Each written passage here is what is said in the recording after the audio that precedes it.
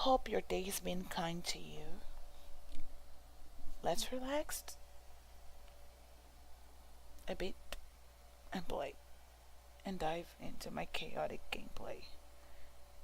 Yeah. Yeah, let's go.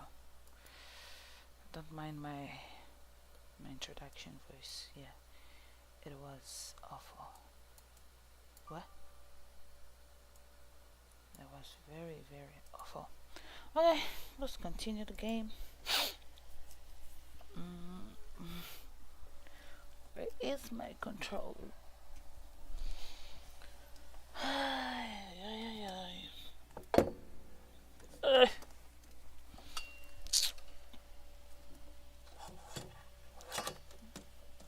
Like, really, this kid just came here, dropped my stuff, like.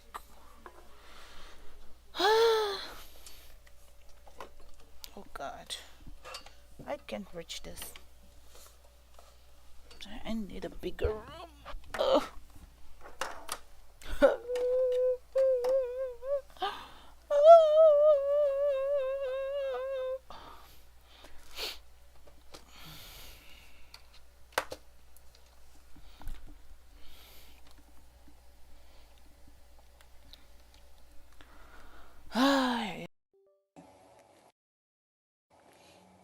Okay, let's get into this.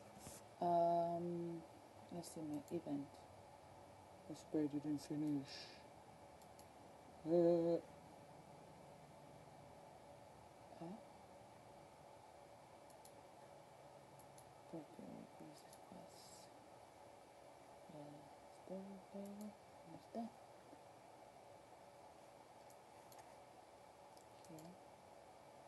Who's still available? Can I unlock something?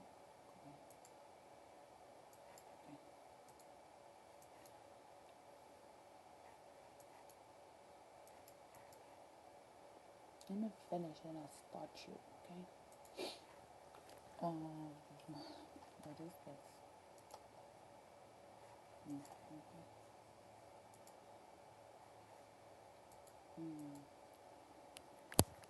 Let us go. One day I will sit down and learn how to play with what's it called?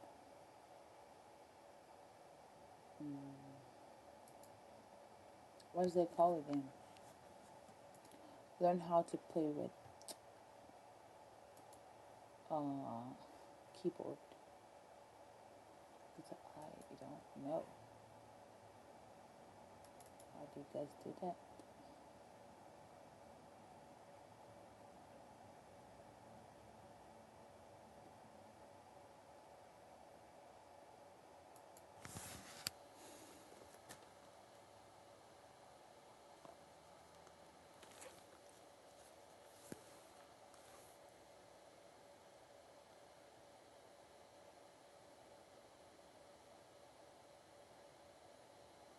Let me see.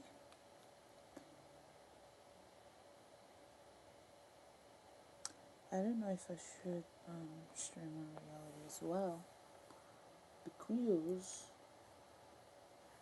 I might get distracted and I won't be able to pay attention to the people. That's the problem. That's the problem, guys.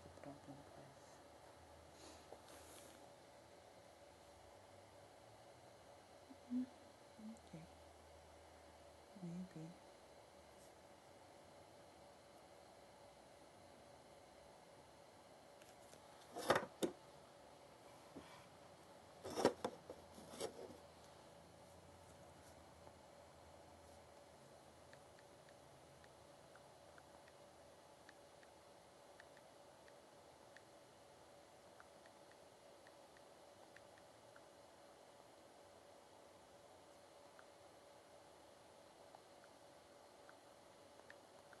Trying to be consistent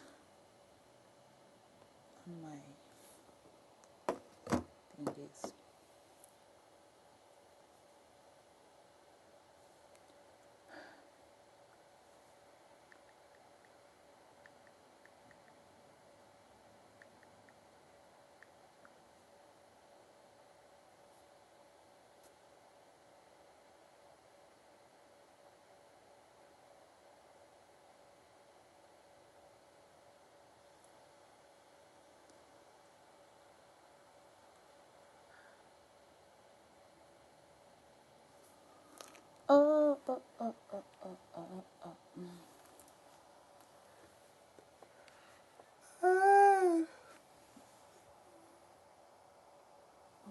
Yours truly is very tired. But I don't know.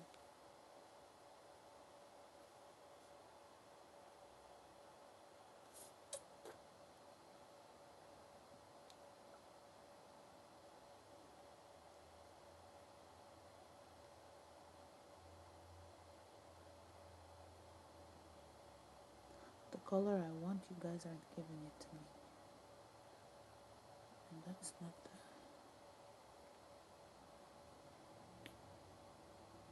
color I want. Please, I don't want blue.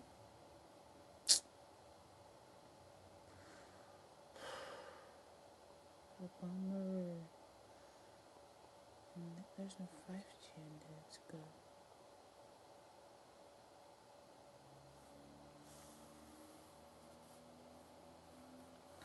I'll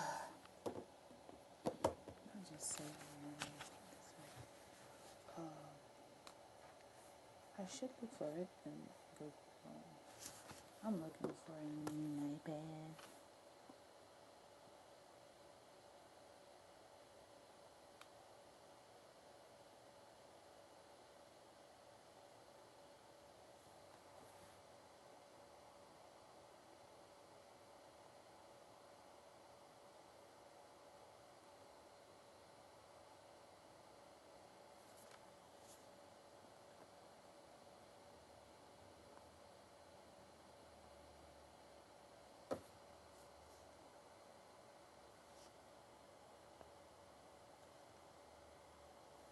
New in the zone. Welcome to my zone. Let's zone a bit. What are we looking for? What? I wonder what Australia.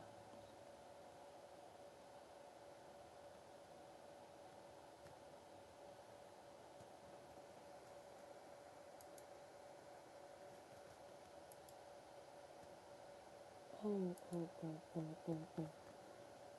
Something's not right. I might restart the.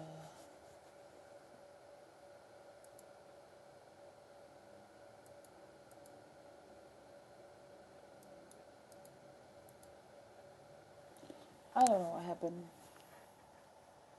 But yeah, there's something weird happening here in my OBS. I don't know what it is. Definitely something weird. Okay, I will start playing now.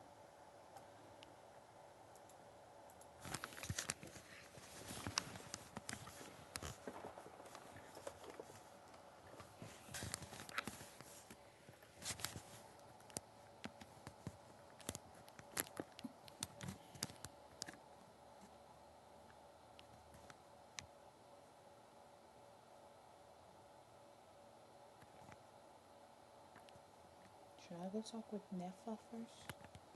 Collect this one? Nefer.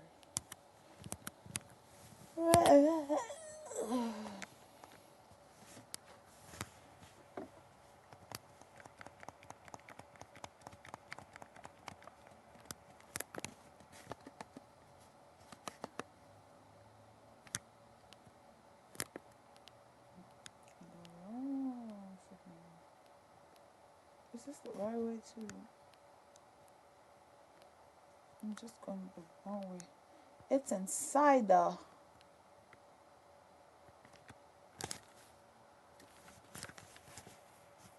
Spin the wheel, and when it stops, hot dog will tell you your fortune.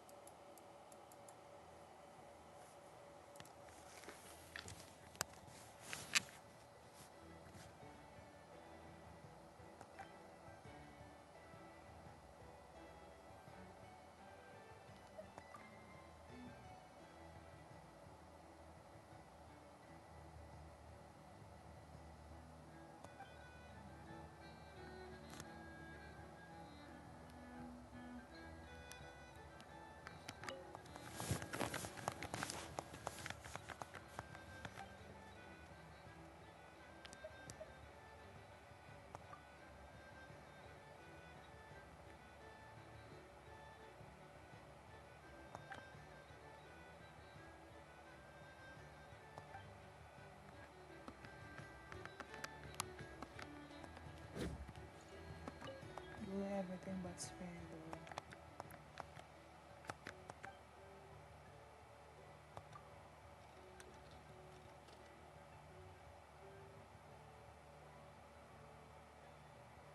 Clouds obscure the moon, the earth lies sleeping. This means the time isn't right for action. Not everything is in place just yet. Oh.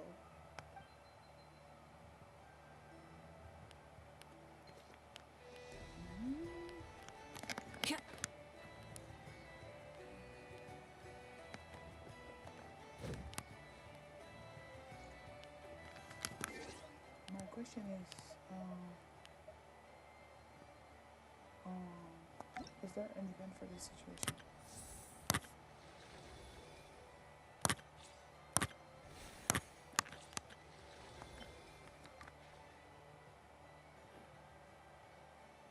Oh.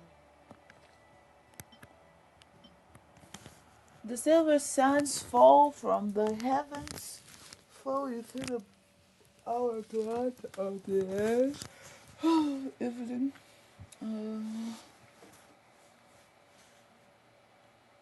Seated to make my fortune.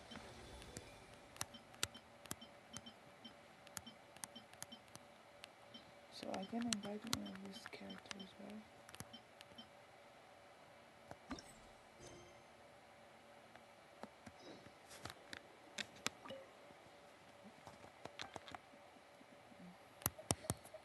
Goodbye. I want to see what that is first.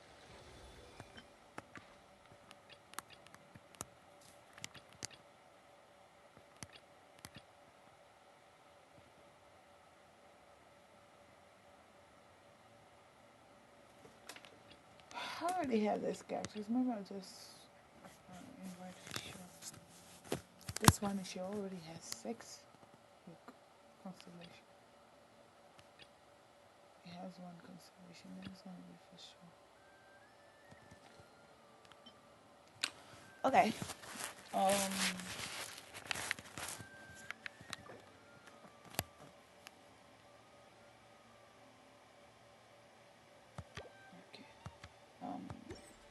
Let me continue.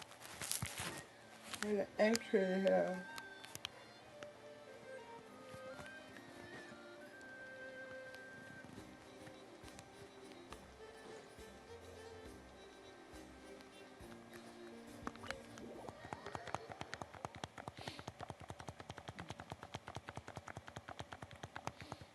it hurts so bad. So tired. Where is her? I'm looking for this girl.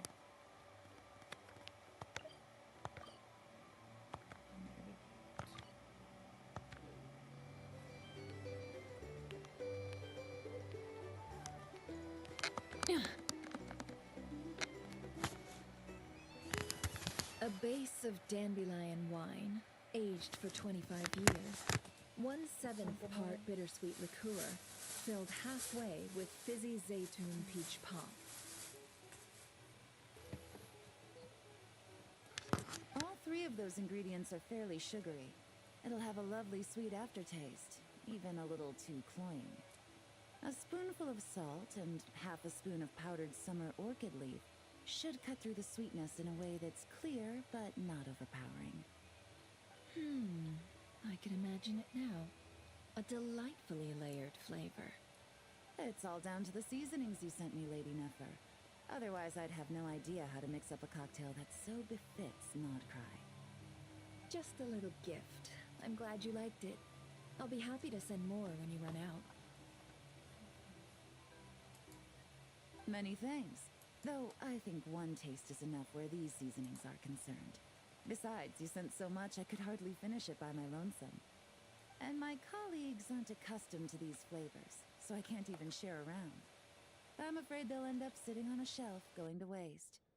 Can't say I'm surprised your colleagues at Liyua's Ministry of Civil Affairs aren't too keen.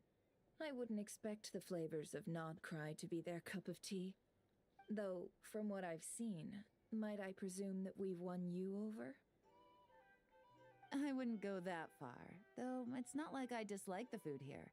It's good to try new things occasionally.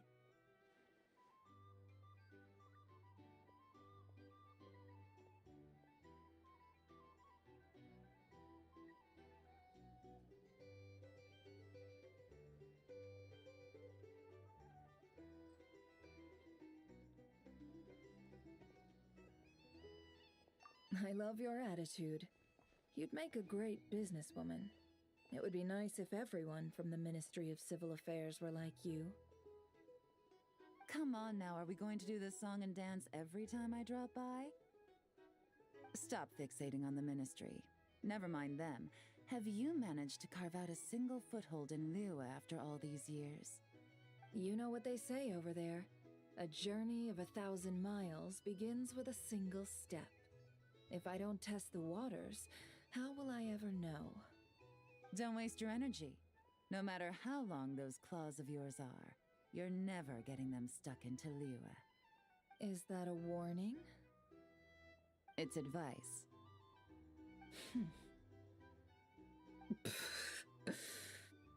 Long claws, you say? I wouldn't think myself so formidable.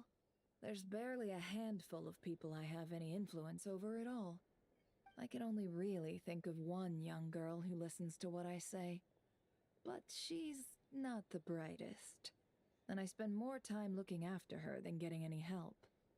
Oh, really? Then I guess that painter who fishes in Dihua Marsh, and that apprentice who makes tofu in Qingsa Village, and that guy who wants to work at Wanmin Restaurant. All these people who mysteriously appeared in Liyue. I guess you have no idea who they are? Many people pass through Liyue Harbor every day. Far too many to count. How could I possibly know every last one of these enigmatic nobodies? Though I must say, your memory is quite impressive. Your colleagues must sleep easily knowing they have you to lean on. Why, thank you. Though with you around, nothing is ever easy. I can only say that there's never a boring day. Is that so? Surely your workload has lightened now that you're far from the Ministry? If you've got time for another drink, I'd be more than happy to mix you one. Here's to a relaxing day for us both.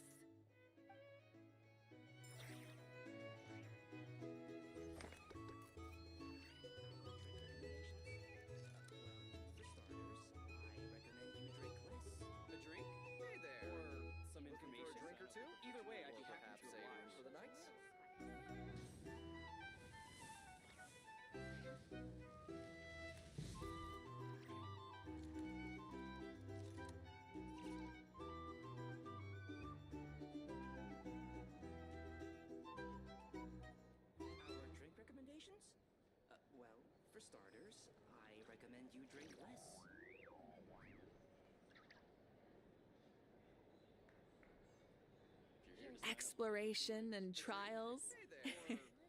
Adventuring is right up my alley.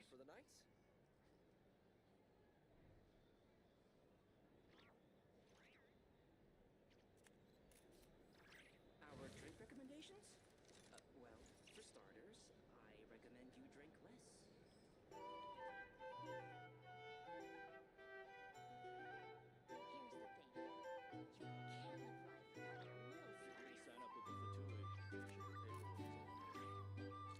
Hey there! A drink? Looking for a drink or two? Or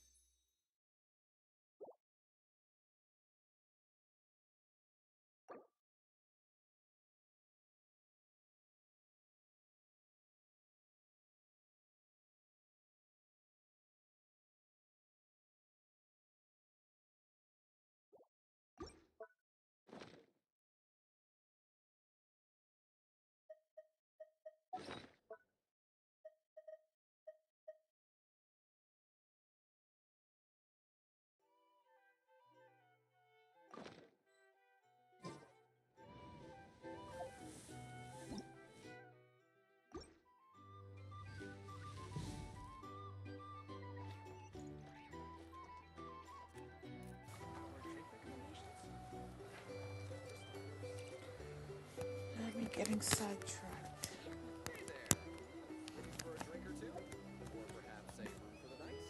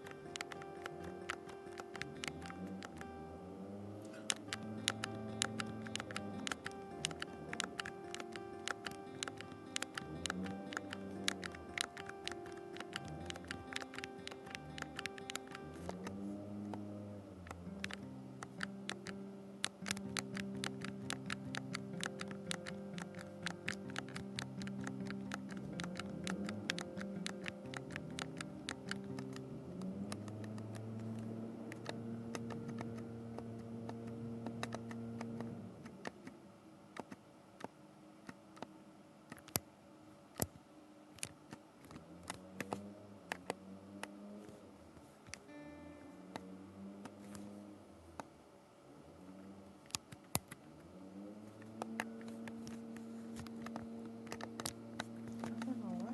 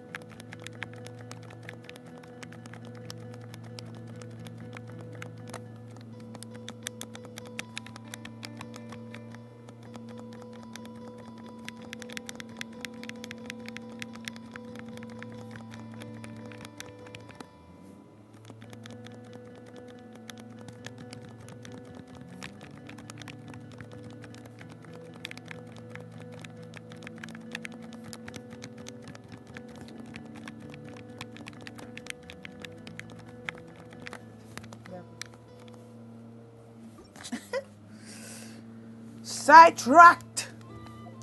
Bro, you're on 40 now. The time, 11:40. Oh my god, so noisy out there. I'll get muted. Sorry guys,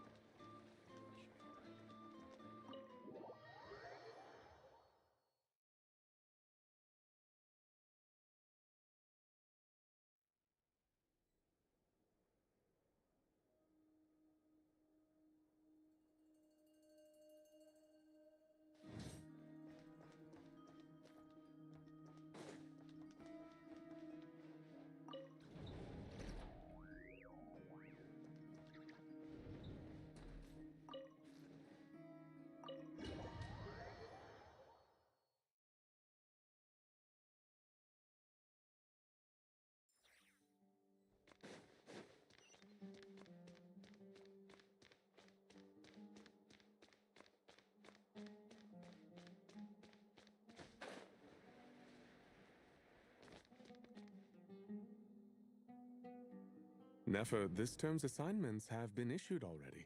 Please read through the materials thoroughly, conduct your own additional research, and then write an essay on the topic.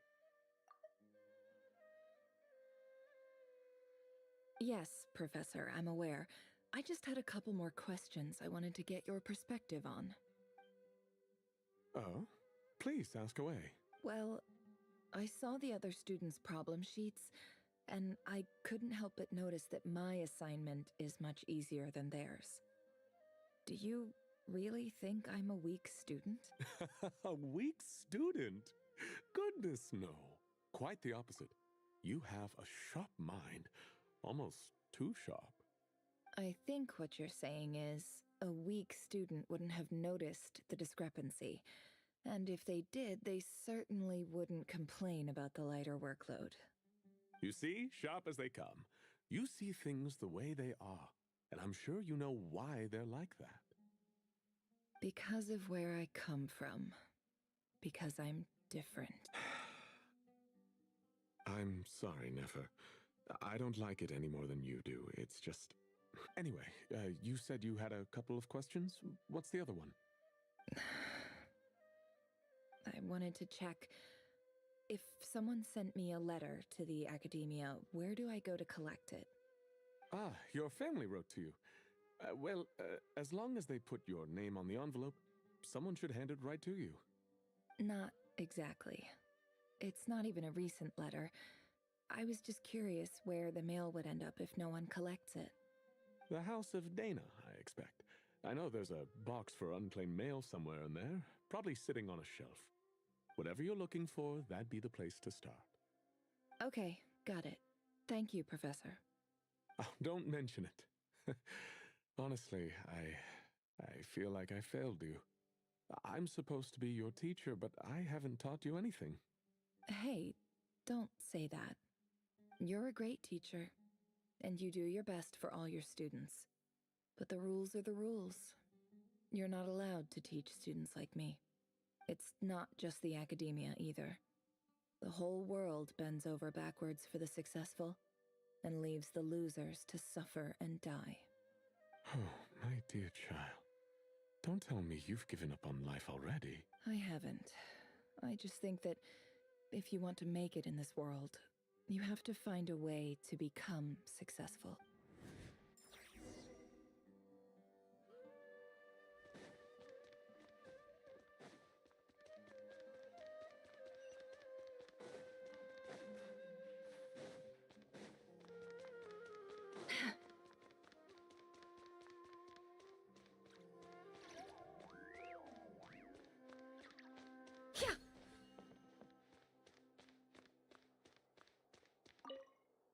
This must be it.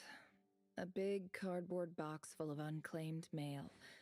And probably some letters that ended up here by mistake, too. Let's take a look.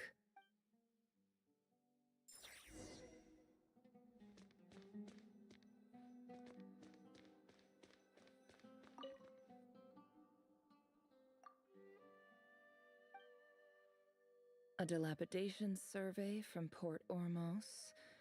Looks like it's from a... This one was never... Who was it addressed to? As much as I wanted to run well, I am going to skip because I've already been. Our professor. This one... In clinical terms, this seems like some... Wait, the note says, This next one is a few words in recent, however, as well education as grand. I do hope... And the sender... So this... Whatever. I'm not exactly... I can't believe... I don't believe for... Wait. Could this be it?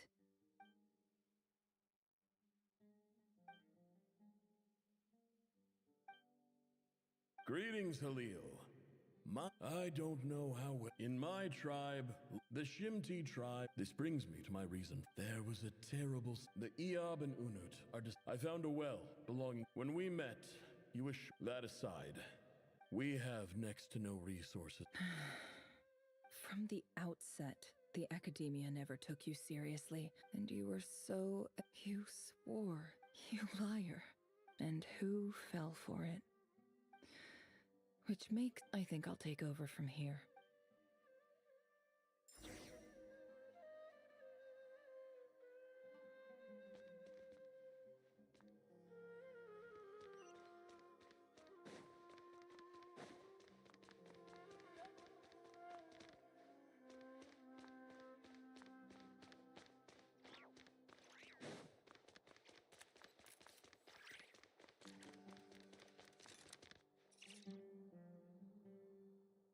I just came to say goodbye. Thanks for everything you've done for me in my time here. Nefer? You packed your bags. Where are you going? I'm quitting. Something's come up in my hometown. Gonna head back and deal with it. Huh? But this was a hard-won opportunity for you. You know that better than I do. It was. But it doesn't matter. I have more important things to deal with, and they can't wait. Oh, and I didn't want to overfill my bags, so I left some incense on your desk. What's wrong? I thought you liked incense.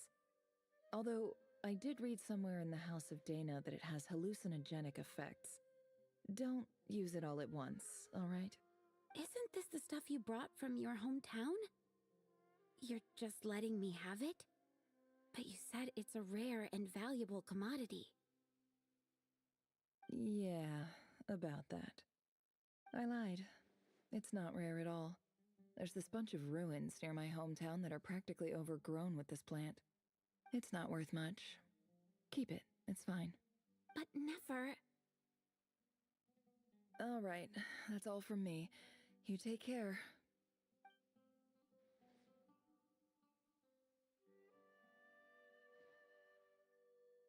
Don't forget me, okay? I mean, we're more than just classmates, right? We're friends. Yeah, I'll remember you. I lied again. That incense is worth a fortune, and it's a rare find even in those ruins. And as for remembering her, I have far too much to do when I get back. No time to reminisce. I'll be lucky if I even make it through this alive. But either way, I expect I'll forget you pretty quickly.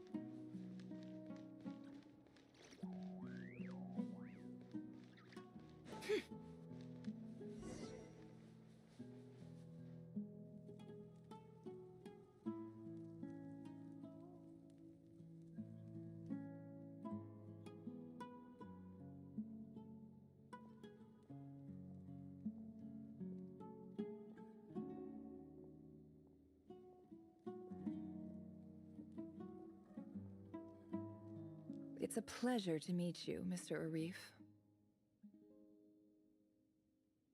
So, what does the Academia want? Since they've sent their special ambassador, I assume there's a big business deal to be made. If not, I'd be very disappointed. Please, sir, lower your blade. You're lucky I'm the one they sent. Not all special ambassadors share my admiration for the Eab people. The ever-shifting balance of power in the desert reduced the once great civilizations of this region to rubble and sand. But the story of the Eab has a very different trajectory. Others grew weak, but you grew strong, beginning in obscurity and moving to prosperity. You're the only ones who defied the trend. Huh. So, you do know who you're dealing with? This well is the perfect symbol of your strength, is it not? It used to belong to the Unut, but it looks like you have control over it now. You're not wrong. But I'm sure you didn't come all this way just to flatter us. Of course not. I came to bring you some very good news. Some information that recently came to light, which might just be your ticket to freedom. Records uncovered by the Vahumana Darshan show that a certain well currently under Eab control is built on top of some ancient ruins. These ruins are of great archaeological interest to the Academia. I checked the map carefully on my way over here, and I'm confident that this is the well in question. The Academia is offering 50 million mora in return for excavation rights. 50 million? No, wait. If these ruins are as important as you say, 50 million's a little low, don't you think? Don't get greedy, Eab. We know far more than you think. We know that you seized this well by force. Wasn't that the first step in your rise to power? To drive away the Unut and steal their water supply? So what if it was?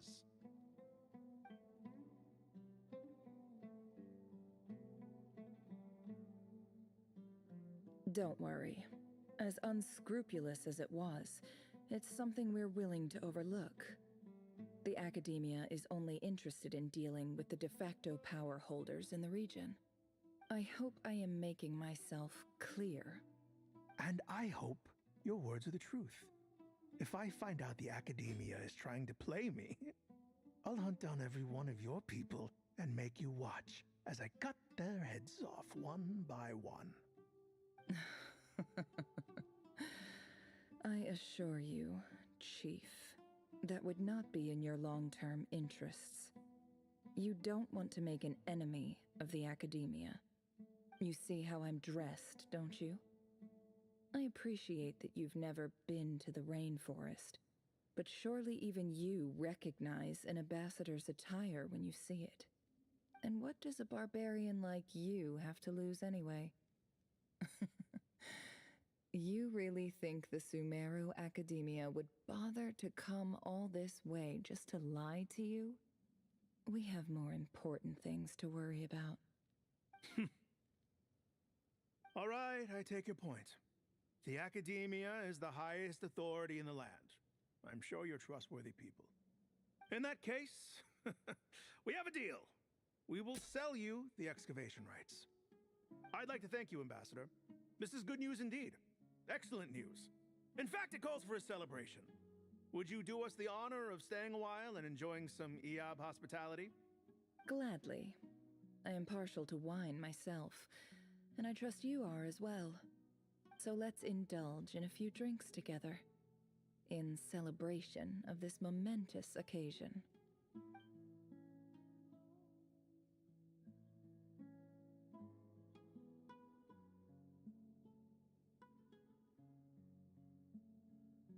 Chief! Chief, it's an emergency! It's the Unut. They've taken the well. What? Well, don't just stand there. Take it back. Yes, Chief. I have every confidence in the EAB's military superiority, and yet... Well, what is it? The Unut's response was alarmingly fast. The day after we reach a deal, they seize the well. This can't be a coincidence. Perhaps there is a traitor in your midst. I don't think so. I am obliged to remind you, Chief, that the Academia will only deal with the de facto power holders. If you cannot regain control over the well, I'm afraid you won't see a single mora of that 50 million. No! Please, Ambassador, just give me some time. I swear the Unut will not get away with this. That well is ours, and so is the mora. Glad to hear it. I will wait here for an update. If there is a traitor, I will find them. In the meantime, make yourself at home. I'll report back as soon as I have an update. Much obliged. Wow. All it took was a few words and I've got him wrapped around my finger. What an amazing feeling. So, in summary, Ambassador, the Academia would rather negotiate with our tribe instead of the EAB, yes? The EAB are ruthless murderers who don't listen to reason. And now they have the gall to interfere in our research projects in the desert region. So let me ask you, Chief, if you were the Academia, what would you do? Kill them all, of course. Precisely. The Academia does not tolerate those who stand in our way. The EAB have held back our academic pursuits for too long, and our patience is wearing thin. At the same time, there is simply no way that the Academia can be seen to be intervening in desert affairs. I'm sure you understand where I'm coming from. We have our own rules out here.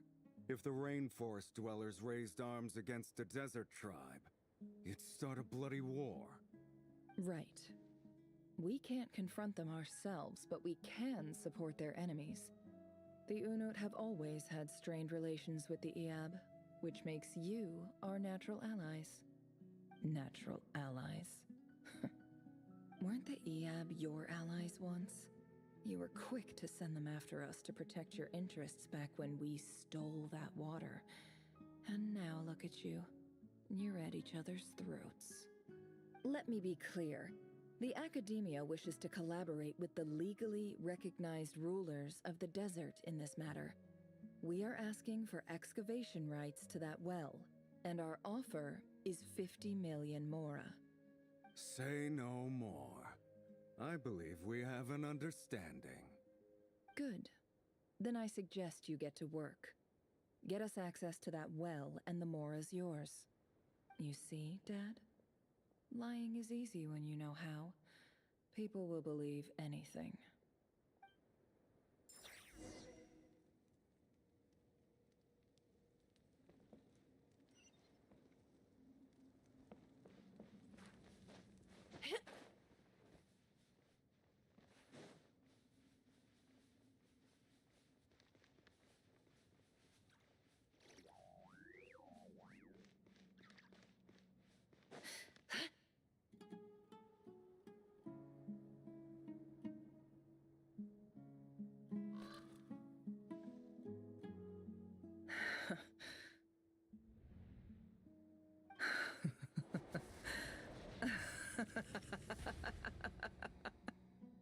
Look at yourselves.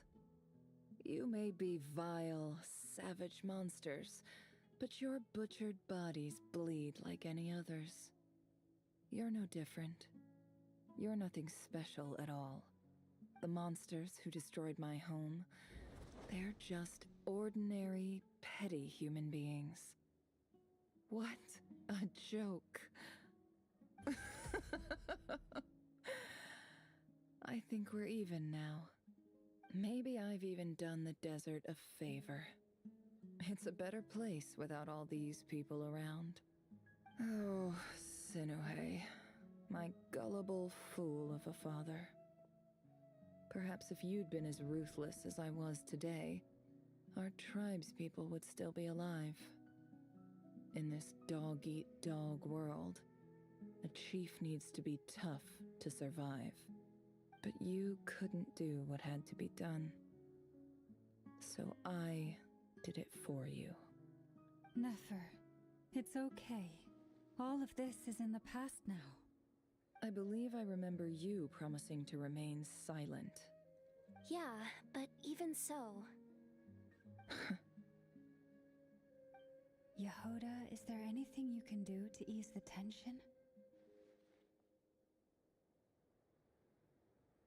All right, time for a sharp turn onto a completely different topic. So, anyway, that's enough of that. When are we getting out of this place? Feels like we've been walking forever. I'm getting pretty tired. Oh, Alma, you tired? Yes. If we can find somewhere to sit down, I could certainly do with a rest. It's not far now. There should be a temple just up ahead. Yes. Really? A temple? That's where this story ends? I guess that's how things go in the desert.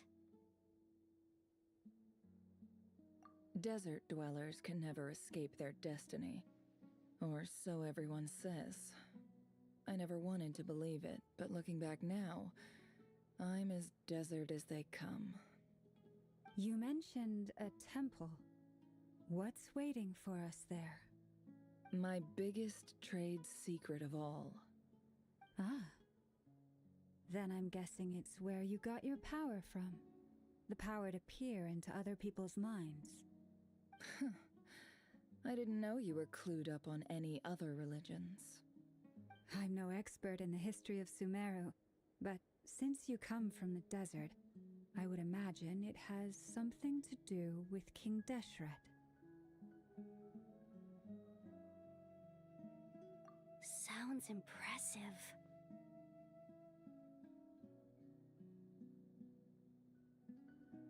Ah, I know who you mean. General Mahamatra Sino. The spirit of Hermanubis dwells within him. That's Boss Neff for ya. She knows everything. Sino's hardly a figure of obscurity, but I know about Sethos too. What about him? Is he a big deal or something? Well, he's not a small deal, let's put it that way. Please, this is the bare-bone basics. Save the flattery. Thanks for your patience, everyone. I'm sure it's been a lot to take in. With any luck, that's our exit just up ahead.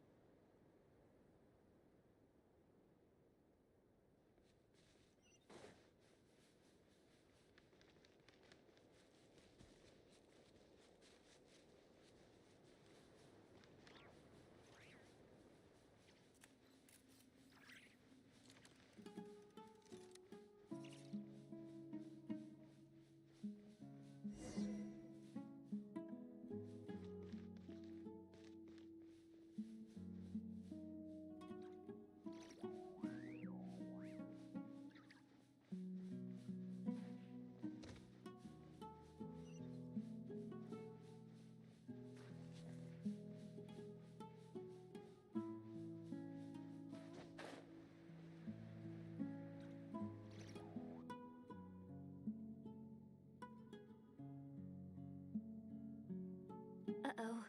Uh-oh. Uh-oh. I'm totally out of my depth here. I don't have anything to add about any of this stuff. Like, look at that statue, for instance.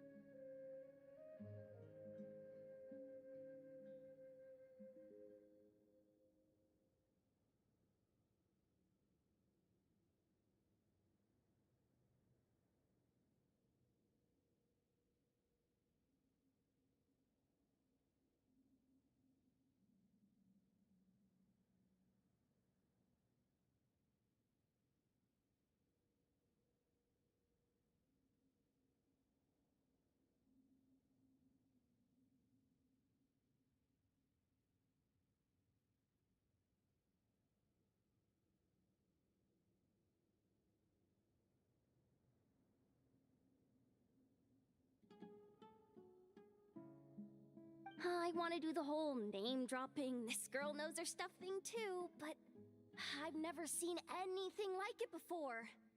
A statue with the head of a bird.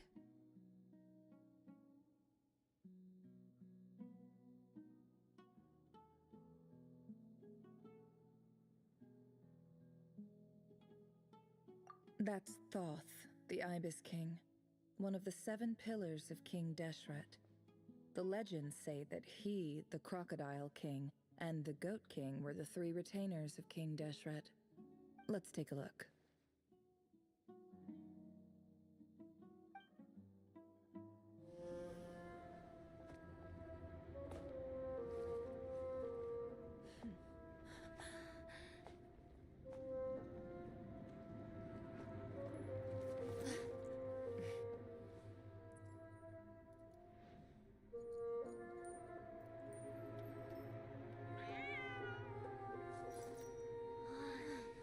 It's just Ashru.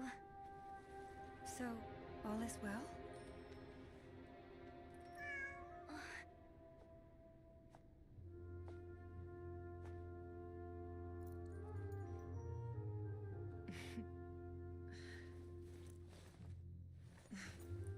Typically speaking, at this point, the world disintegrates. Then we find ourselves back in the outside world. Besides, these are my memories. There's nothing to fear. You're sure? Of course. It's almost over.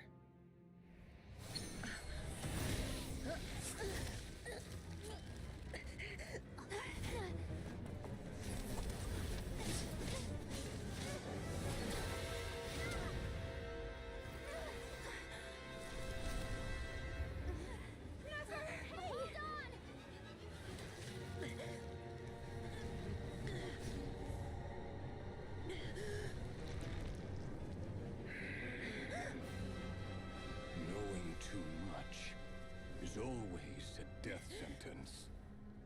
Speak for yourself.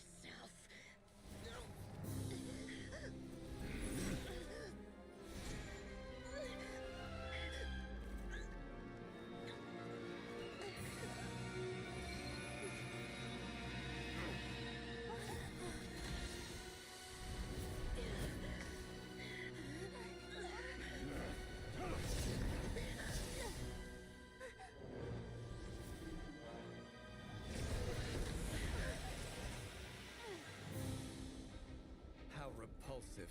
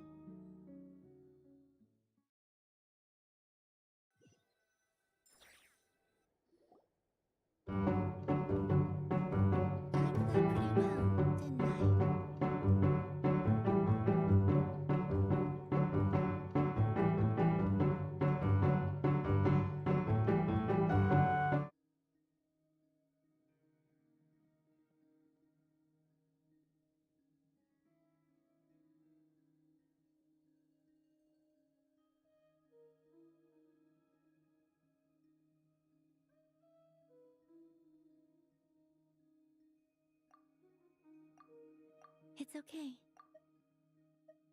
Timed that pretty well, didn't I? It's okay. I'm just glad no one was hurt. Paimon noticed you doing something too, Dainsleif. Were you helping get them out? Of course.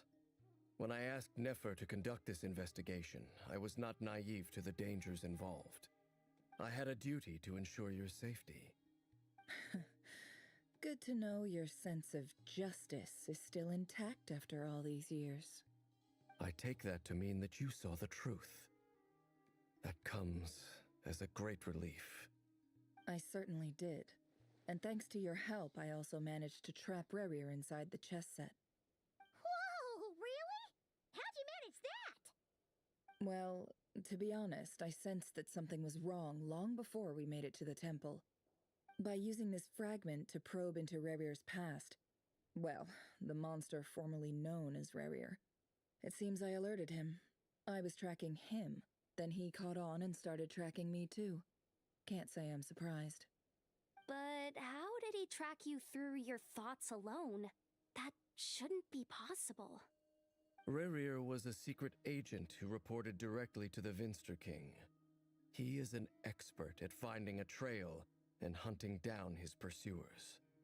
No wonder. He infiltrated the chess set, read my thoughts, and built a new virtual chess set inside of it. That's why we weren't able to leave at first. Speaking of your chess set, it's quite a remarkable item.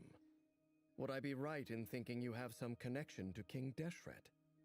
You overestimate me. I only have a connection with one of his underlings, the Ibis King. You all saw how this came to be. A long time ago, the Eab massacred my tribe, the Shimti, in our home village. A few years later, I enrolled in the academia, where some new information came to light. The Unut and the Eab fought a bitter battle over the rights to a well, all for the sake of a non-existent 50 million mora. The Eab ultimately won that confrontation, but their victory came at the cost of almost every warrior in the tribe.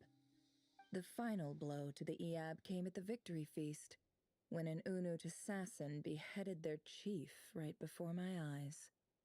The remaining Eab fled and have been scattered to the winds ever since. Having gotten my revenge, I returned to my hometown, where to my surprise, the nearby temple was still standing. There it was, seemingly immune to the relentless hostility of the desert, while my tribal home lay in ruins. As I stood there gazing at the temple, I noticed a cat just outside. This cat, as it turned out, was home to the spirit of the Ibis King. He led me to a gate deep inside the temple, and there he made a deal with me. This chess set is my gift from the Ibis King. The chessboard within is made to the same specifications as the one in the mausoleum of King Deshret, and represents his power of piercing analysis. With this chessboard in its container, I gained a certain ability to perceive hidden secrets. Now, you could conclude that the Ibis King simply wanted to give the people of this world the power to seek the truth, but I don't believe that's the full story. Every god plays favorites. Their hearts are as fickle as any human's, full of secrets, perversions, egotistical tendencies. But precious few gods are willing to admit this. It is the same with all powerful forces, including fate itself. Their gaze falls preferentially upon a select few. As you rightly point out, this is an act of favoritism. If you're alluding to the Abyss, then yes, I agree. Gather the others. It's time to share everything I've learned.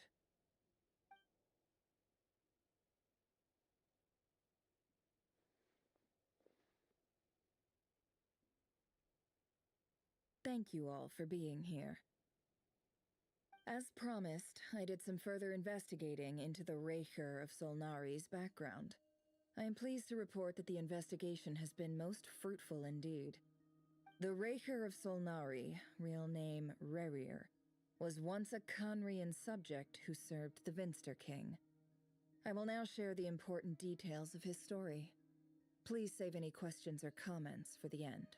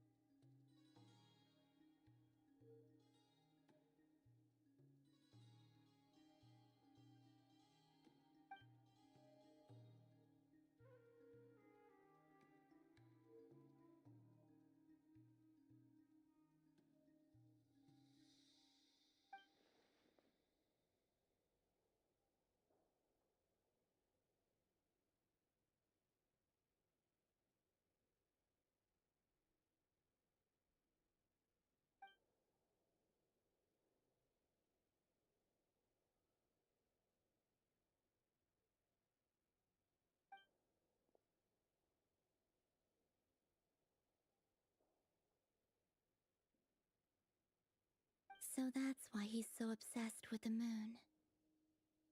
A tragic tale, to be sure. But it does not excuse his many transgressions. No matter how much Rerir suffered in the past, the fact remains that he is what we know today as the Wild Hunt, wreaking havoc upon innocent lives in Nodcry. He becomes more dangerous with each passing day. If left unchecked, it is simply a matter of time before all of Tevat suffers the consequences. This is a threat that the Knights of Favonius cannot ignore. A question for Miss Columbina.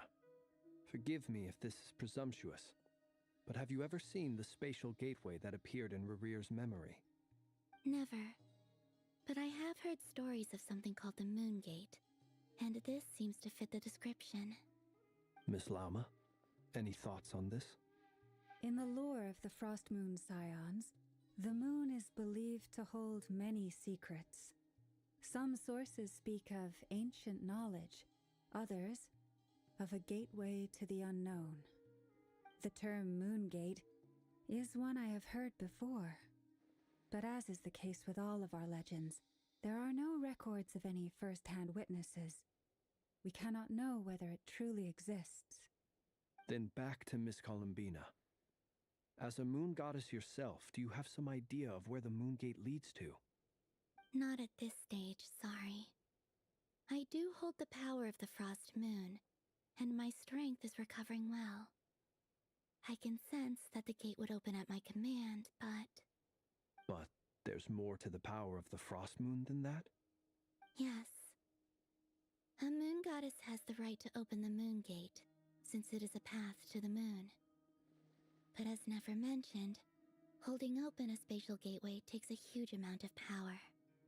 And right now, I need to conserve my energy to fight the Ray Hero of Solnari. I'm afraid this is one mystery we may have to leave unsolved for now. I agree. Better to save your strength. But if you'll humor me for a moment, I have a bold conjecture of my own regarding the world beyond the gateway. I highly suspect that neither Tholindis nor Rerir made it through unscathed. The evidence pointing to this is the fact that the Rehir of Solnari exists in the form of countless fragments. With the abyssal power he wields, no ordinary foe can touch him, let alone tear him to shreds. And yet, the Wild Hunt proliferates wherever his scattered fragments lie, drawing hordes of monsters to many different locations across the land. So your theory is that Rerir was physically torn to shreds by some powerful force? Hence, why the Wild Hunt is a distributed phenomenon, rather than a unified one? Makes sense to me. Explains why the Wild Hunt is so pervasive, and why he's been trying to piece himself back together. He was whole to begin with, and he wants to be whole again. Without the power of the Abyss on his side, he almost certainly would have perished the moment he was torn apart. But the Abyss, much like a curse, has kept him alive. I could not agree more. The power of the Abyss is most surely a curse. It is a compelling explanation, and one that accords with my present understanding of Abyss creatures. Whether the life form in question is primitive or advanced, if a curse has extended its lifespan unnaturally, it will continue to survive in spite of everything. This raises some interesting questions. I will run some experiments and see if there is any validity to my suspicions. That being said, regardless of whether my research bears fruit, I would like to thank Miss Nefer for conducting such a thorough investigation. Already, it has greatly enriched my understanding of the entity we face. My pleasure, Mr. Albedo. I too hope that the information I have shared today proves useful as we look to formulate the next stage of our plan. Hey! What is it, Dainsleif? You look really upset! It's just... when I think of the man I once knew as Rerir, I struggle to understand why things had to turn out like this. The two of you used to be friends, didn't you? I don't know if these words will bring any comfort, but my heart goes out to you. Mine too.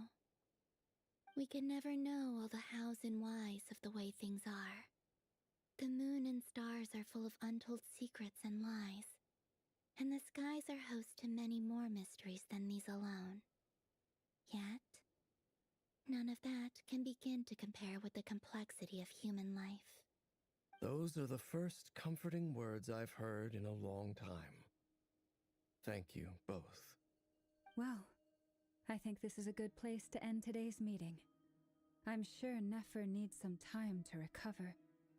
She's been through an awful lot today. That's very thoughtful of you, Lama. Of course. Sounds good to me. Take some time to rest and digest before we reconvene to nail down a plan.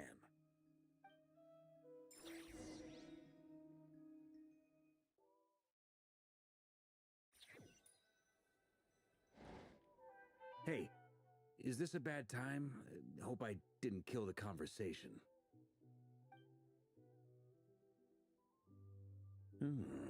Nice room. Oh, I'm not coming in, though. Why not? It's just a hotel room. If it's all the same, I'll just stay out here. I might not look the part, but I'm technically a knight. Barging into people's private quarters isn't the kind of thing we do.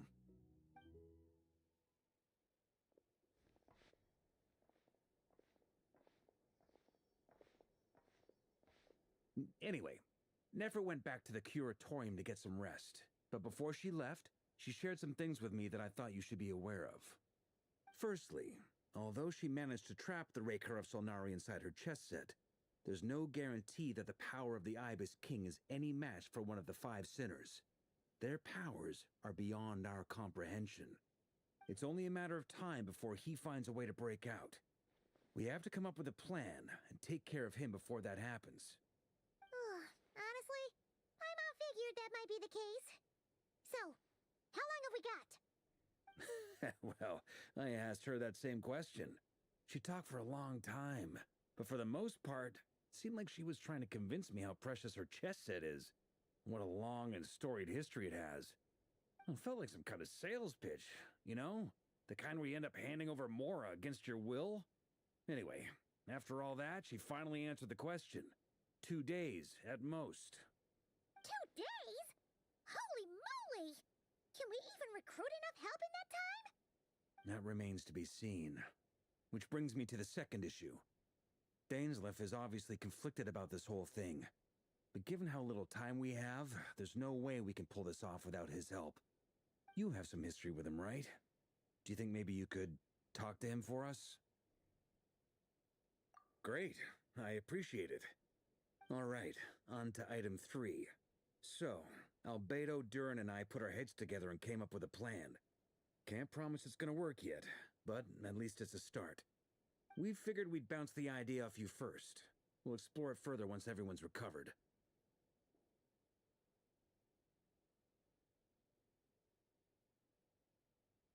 Oh, Paimon's dying to hear this.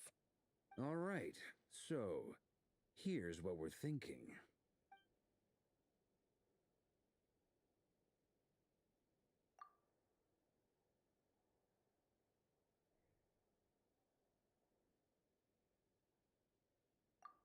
We felt a little uneasy about roping you into this. I mean, firstly, you're not locals, and secondly, none of us are your boss.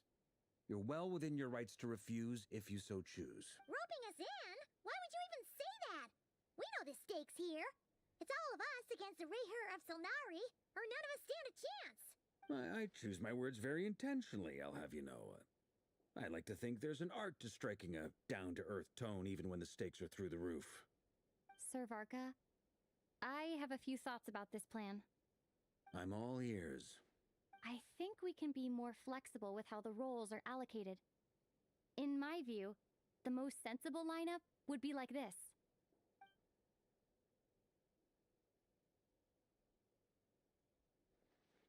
I see your point, yeah. But if that's how we're going to approach this, you'd better make sure you're ready.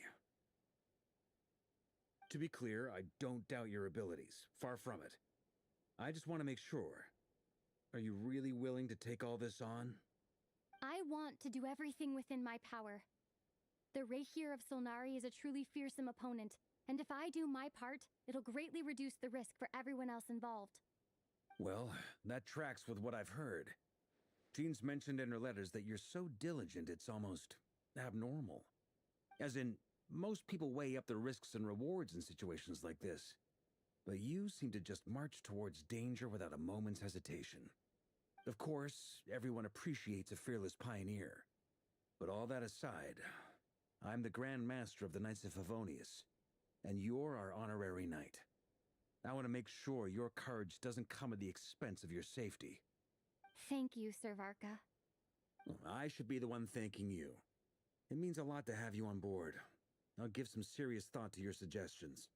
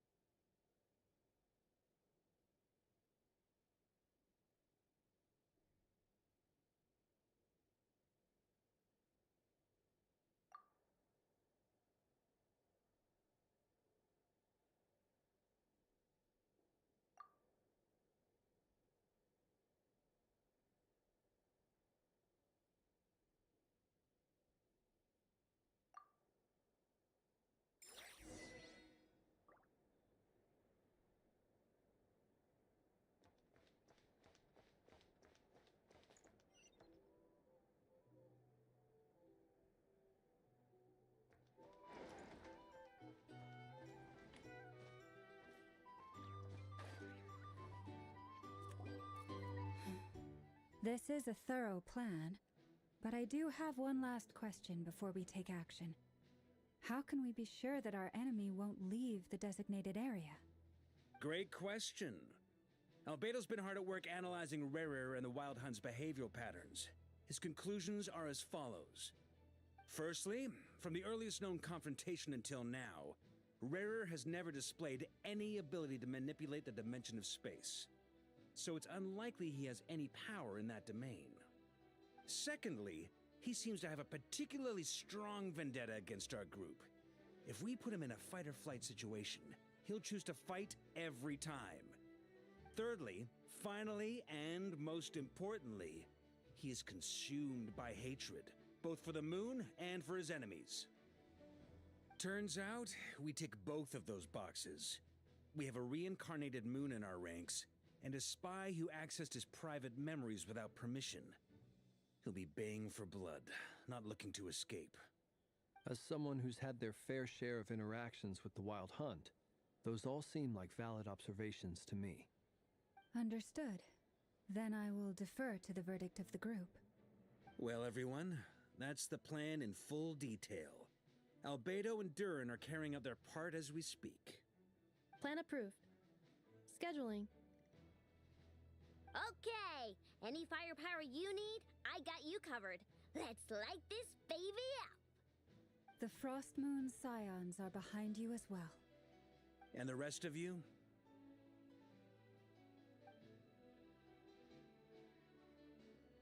No objections? All right, then it's settled. This is the plan we're going with. Next up, an old tradition of mine. Anyone who wants to back out, now's your chance. Wait, we can still back out of this? Everyone says things they regret, right? I don't want anyone feeling trapped because their mouth said yes before their brain had time to think things through. A very people-first approach. I hear that's common practice in the Knights of Favonius. Heh. Who'd you hear it from? D-Luke? Shh. We don't use people's real names at work. This contact will be known only as Owl, please and thank you. This plan can only work if everyone does their part. Flints and I will absolutely support it. We shall indeed. You'll be glad you accepted our help. Also, you are the last person I expected to see here, Miss Dory. It's not often I get called Dory in a work context. My peers usually call me Lord Sangama Bay. So, the longer your name, the higher your net worth. Is that the idea here? In that case, Mr. Flint's here must be worth a fortune. That's right, I know your full name. It's... The walls are thin here. I'd appreciate you keeping that a secret. Okay, fine. I'm actually only here as a favor for someone else. Do you have any idea how much it would cost to hire me otherwise? Oh! Does this mean someone out there actually has the power to boss Dory around? It most certainly does not. We have a long-standing and mutually beneficial business partnership. She's actually the mom of a friend of yours. Said mom supplied me with a great little trinket, but now that lady's ruined everything. If I don't start building a little goodwill now, my whole business in Notcry is gonna go down the drain! Okay. So what exactly is so special about this pendant? It's a lucky charm that a great mage made for me. We have a business relationship, and she was worried that something bad might happen to me. So, she wanted me to have something that can store power to protect myself with. I finally got it all fully charged up with Kuvaki, and then never went and used it all up at once! Never lost so big in my life! You're right. It was all my fault. I didn't mean to drain all the Kuvaki in the pendant, but I'll make it up to you. You will? Well, in that case, how about you give me your chess set, and we call it even? I knew you'd say that. Well, it's yours if you want it. In fact, take it now, and I'll even throw in a free Raker of Solnari. Deal? You're putting me in a difficult position here.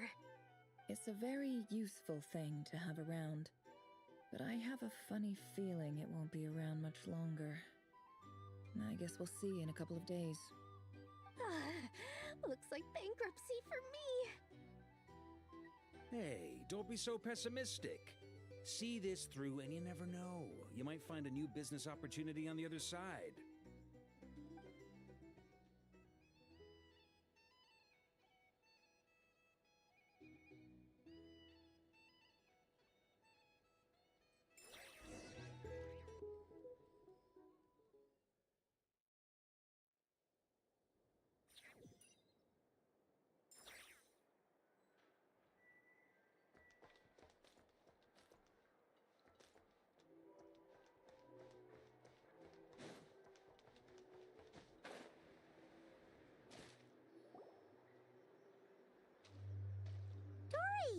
How are things going? Feeling ready? Oh, I was born ready. We only have 2 days. You think Lord Sangama Bay would let an opportunity like this slip by? Don't forget, when something's in high demand, the people with the goods on hand get to charge the highest price of all, even higher than the sellers taking advance orders. Ta-da! See? It's right here! Ah, it's so pretty! Did you make it? No, I have a supplier. We go way back, so he made me a very attractive offer. Aha! No wonder you were talking about lucky charms at the meeting. You've been getting Kave to make them for you. That's not the full story. It actually started a while back as a project between me and the Dendro Archon. Mage Alice once warned me that this world won't stay safe forever. There may come a day when everyone faces a great crisis. I passed this on to the Dendro Archon, and she secretly brought together a research team made up of Sumeru's top scholars to invent a technology that could keep people safe. I won't go into the details because it's all very complicated, but if you want to know more, you can ask the Dendro Archon about it sometime. Anyway, point being, it was the Dendro Archon who asked Kave to build this little contraption. As one of the top Kasharawar talents, he was the obvious choice.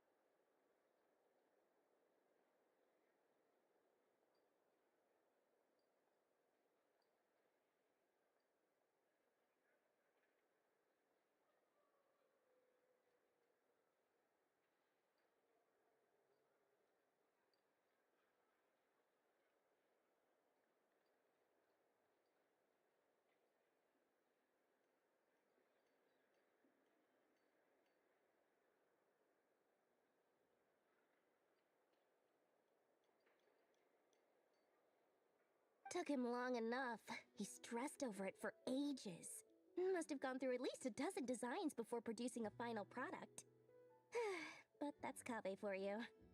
Marak delivered it to me a couple of days ago, along with a letter from Kabe. Could I ask why I'm sending this technology to you? And what's your proposed use case? Has it been approved by the relevant authorities? So nosy. My fault for sending him the research permit to begin with. Surely Nahida must have told him you were involved in this project. He was probably just nervous because you're always so secretive about your business. Could be, could be. Anyway, I just replied, let's hope there never has to be a use case, because it would involve grave danger.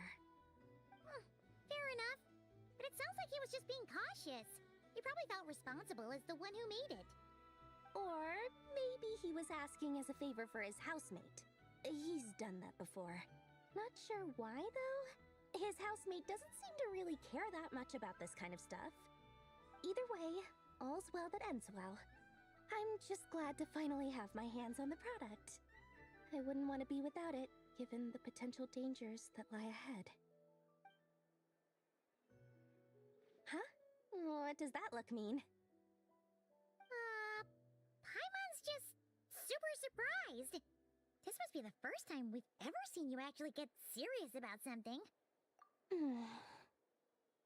Well, a long time ago, I made a promise to myself. I promised that I was gonna live every day of my life with a big beaming smile. Obviously, Mora plays a big part in that. But there are always gonna be times in life when you have to give something back. That could mean paying back a debt, returning a favor, or showing some kindness. Alice has been a huge help to me over the years.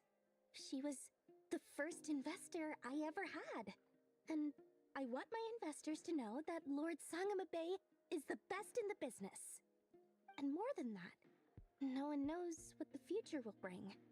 Whatever happens, I want to make sure the Dendro Archon and all of Sumeru is prepared to face whatever comes.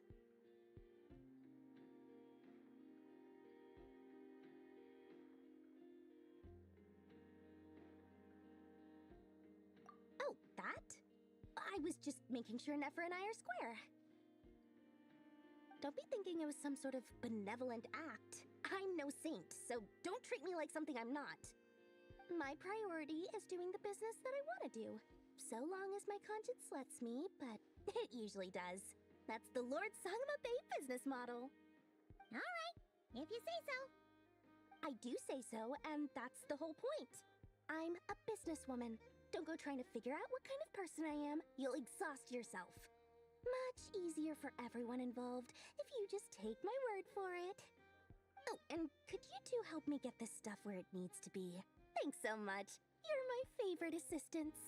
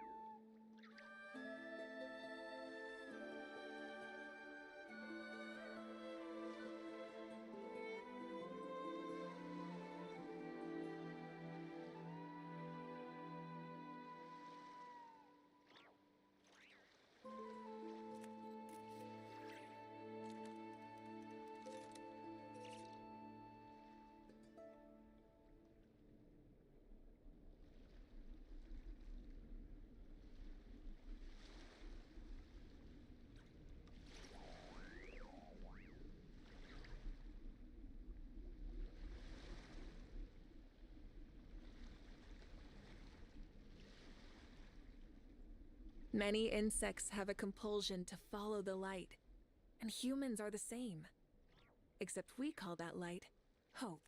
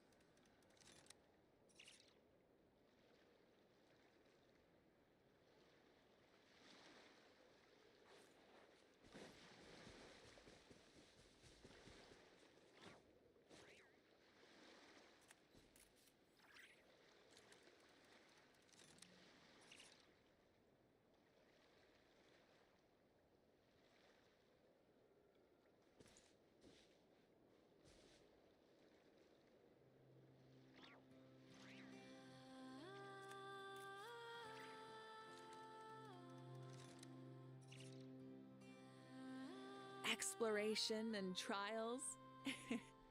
Adventuring is right up my alley.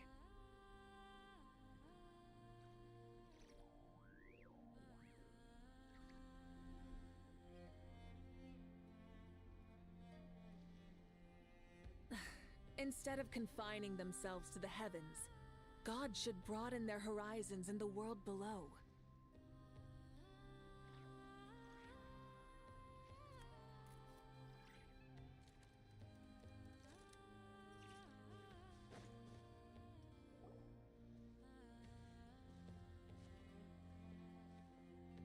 Traveler, Paimon, it's good to see you. Everything going smoothly over here? Sort of. As you're probably aware, Varka, Diren, and I captured some abyssal creatures from the Wild Hunt. Per the plan, we dissected and analyzed some samples of these creatures. The process went very smoothly. The findings, however, come with some troubling implications. What? You can actually dissect the Wild Hunt? That depends on your definition of Wild Hunt and dissection. Harmless, lifeless. These words are accurate descriptions.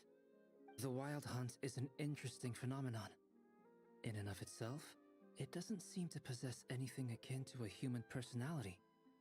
But taken as a collective, the medium through which the Wild Hunt is summoned does appear to have a soul.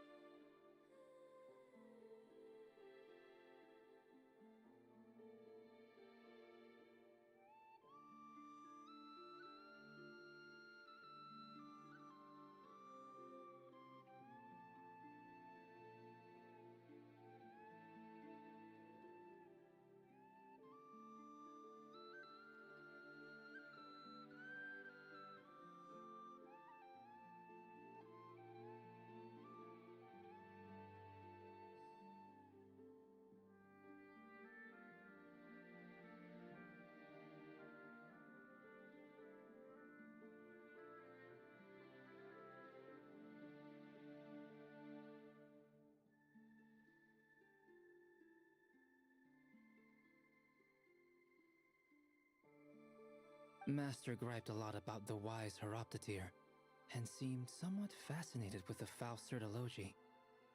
But she barely mentioned Rerir at all. I don't think that was because of his lower social standing, though. Anyway, it's a pity. I should like to hear her thoughts on the nature of the life form he has become today. It's a strange mix. The furious energy of an abyssal being channeled through a fractured physical existence. A consequence of being torn apart by an unknown power. Perhaps the only explanation for his survival in this state is that he sacrificed a degree of individuality in exchange for a continued existence. Oh, sorry. Once I get talking about interesting research, I have a tendency to go on indefinitely. Back to our research findings. Essentially, they confirm my hypothesis. Rerir's corpse is completely contaminated by the Abyss, and the effects are irreversible. You could think of this as Rerir in mutated form. But in my view, even that would be inaccurate. In reality, his whole being has been consumed by the Abyss. In other words, he is now nothing more than a manifestation of abyssal power. Unfortunately, at present, we have no means of completely eradicating abyssal power. Hence, we cannot fundamentally destroy the Reir of Solnari either. Oh, that's terrible news! So, that's it? We can't defeat him? Not even if we get the power of the Three Moons? Miss Columbina's situation is a difficult one. She can never achieve wholeness when the world does not accept her presence. It's as if her creator banished her to a place she can never be accepted. It means she spends most of her energy just on her own survival. Given the circumstances, it's only natural to despair. But we must see this plan through to the end.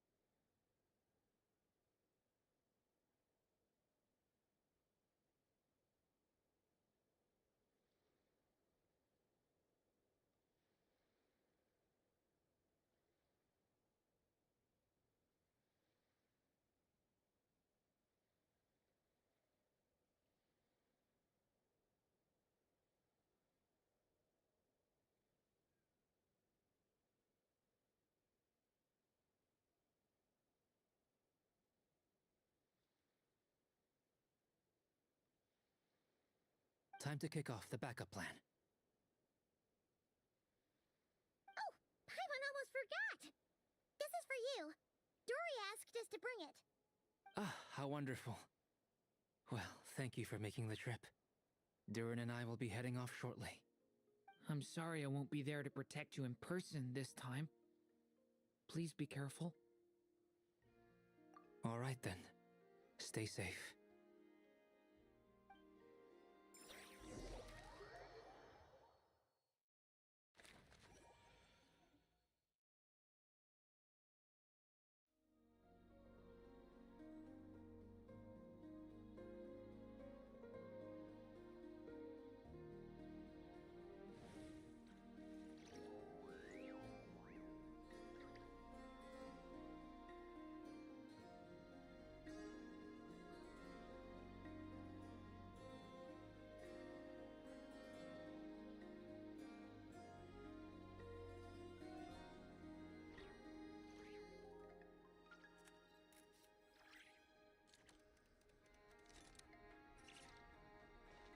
Rise with the sun!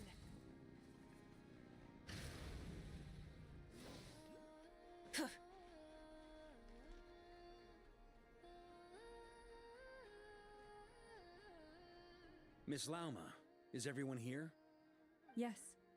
The fate of my flock is in your hands, Grandmaster Varka. Please keep them safe. My lady, what are you saying? Within the next 24 hours, we will face the biggest crisis the world has ever seen. This is not a burden that we deserve to bear, but I believe that we reap what we sow in this life. So I intend to act. I must do what I think is right. For me, that means fighting for the future of Nodcry. This gentleman is the Grand Master of the Knights of Favonius, Varka, Knight of Boreas. In my absence, please follow his lead. Hey, everyone. Guess I should introduce myself. Well, to start with, I know my way around a battlefield. Biggest strengths are honesty and hard-workingness. Anyway, point is, I don't intend to let Lauma down. I'm gonna do everything in my power to keep every last one of you safe and sound.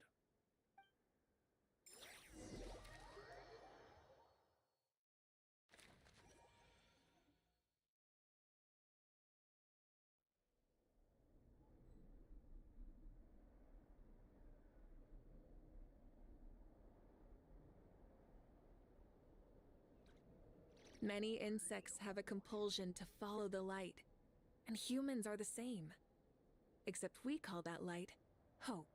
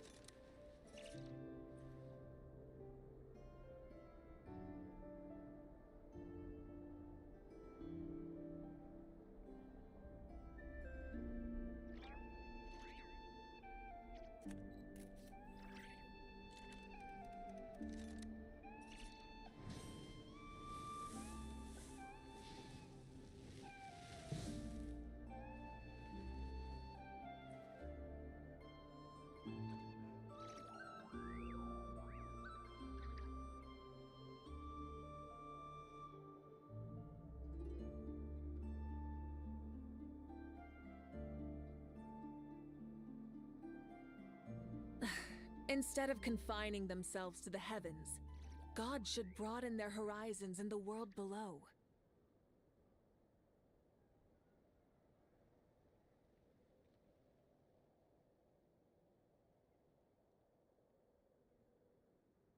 Exploration and trials. Adventuring is right up my alley.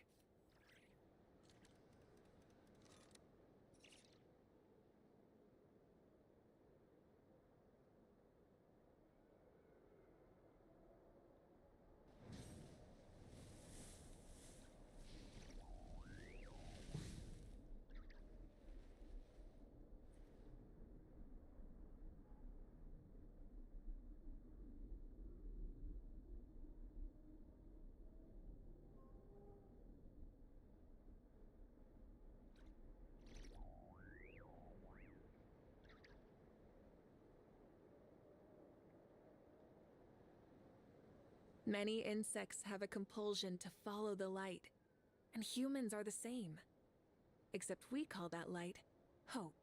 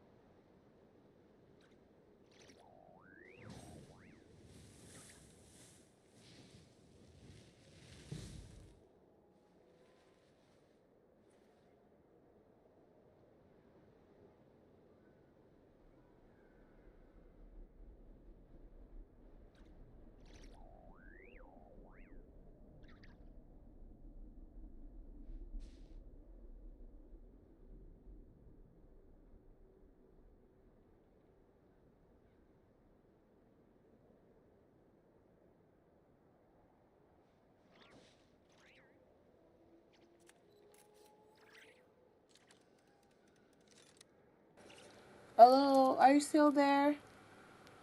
Hello?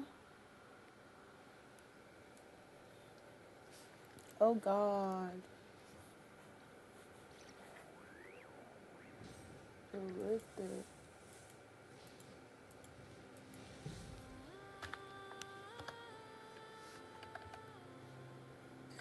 I think I lost it. I lost the person.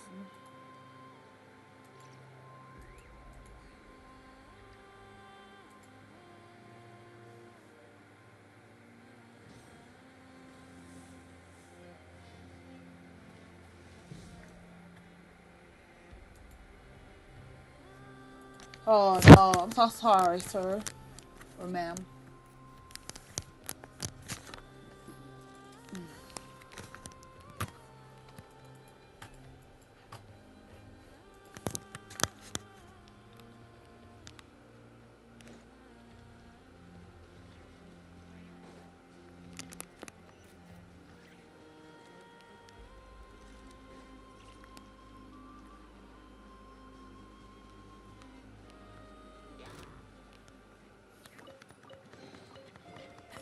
Hey, not a bad haul. Light it up!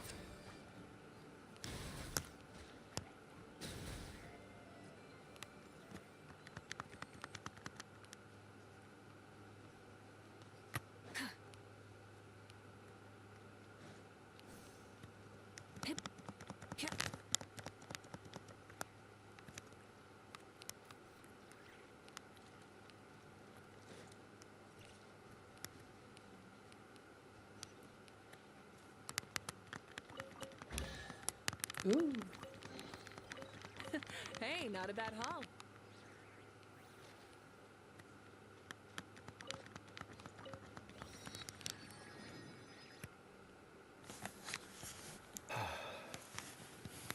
Something on your mind? Miss Columbina, was it? I believe that's how the others addressed you. That's right. Names are funny things.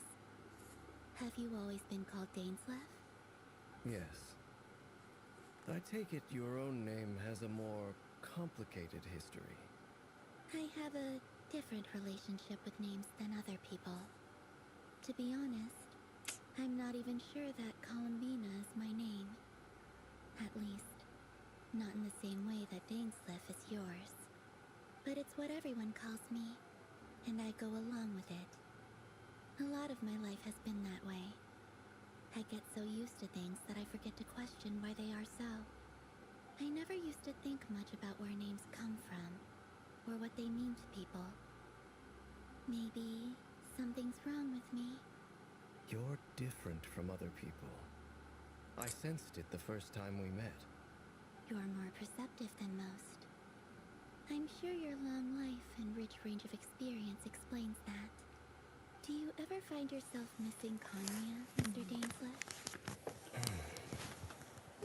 Difficult to answer. I have dreamed of the past many, many times. Sometimes I'm fighting tooth and nail. Other times I'm lying on the ground, defeated. I don't recall any happy moments from that time. It has been too long.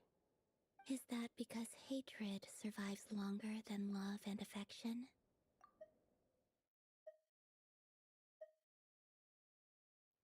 That would not be for me to say. I make no excuses for the grudges I bear. But whatever the reason, I remember little that was beautiful or sentimental. Thank you for your help with the Rerir situation. Without your efforts, I never could have learned the hidden truth of his story. You're welcome. I know he's your friend. Friend? He betrayed me. And I never really understood what he was going through in life.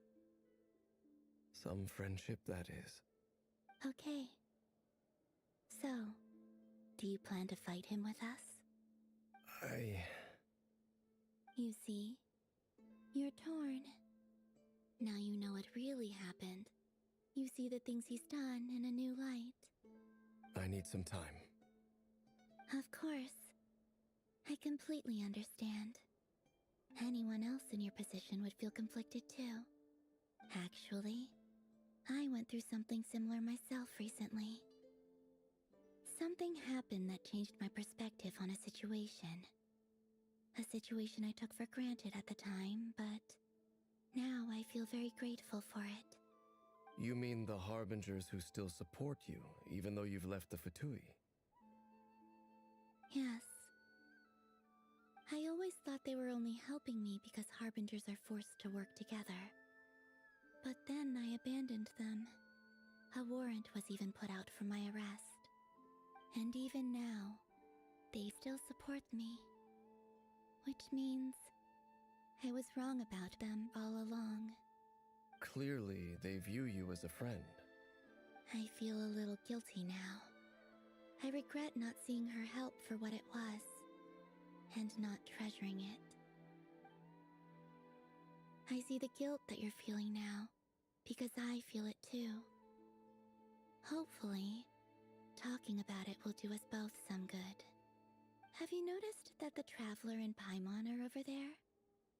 I think they've been listening. Huh. Shall we say hello? Sure. Hello. Ah! They caught us!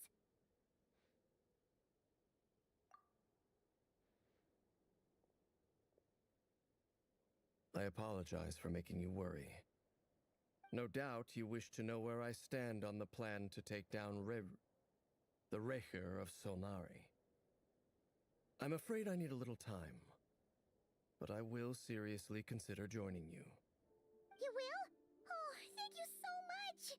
Everyone will be so grateful to hear that! They needn't be.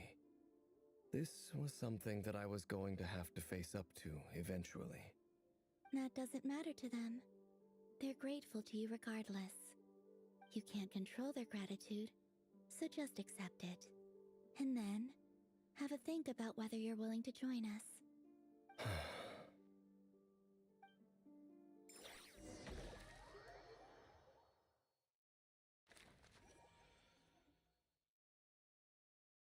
It's nearly showtime! Let's go rendezvous with the others. You know the place.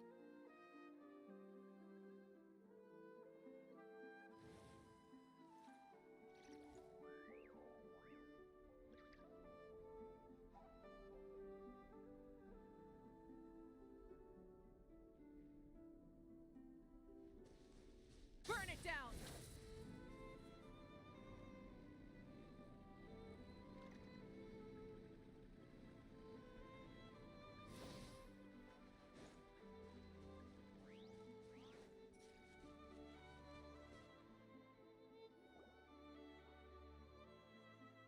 Ah, you're earlier than I expected. Hey, Flint's! Been waiting here long? Not too long. I came a little early so I'd have some time to think. Are you nervous about the battle? Quite the opposite. I'm reminiscing on my past battles. When I was awakened by the Ratniki, I had not touched a weapon in many years. I felt like the battlefield was not where I belonged.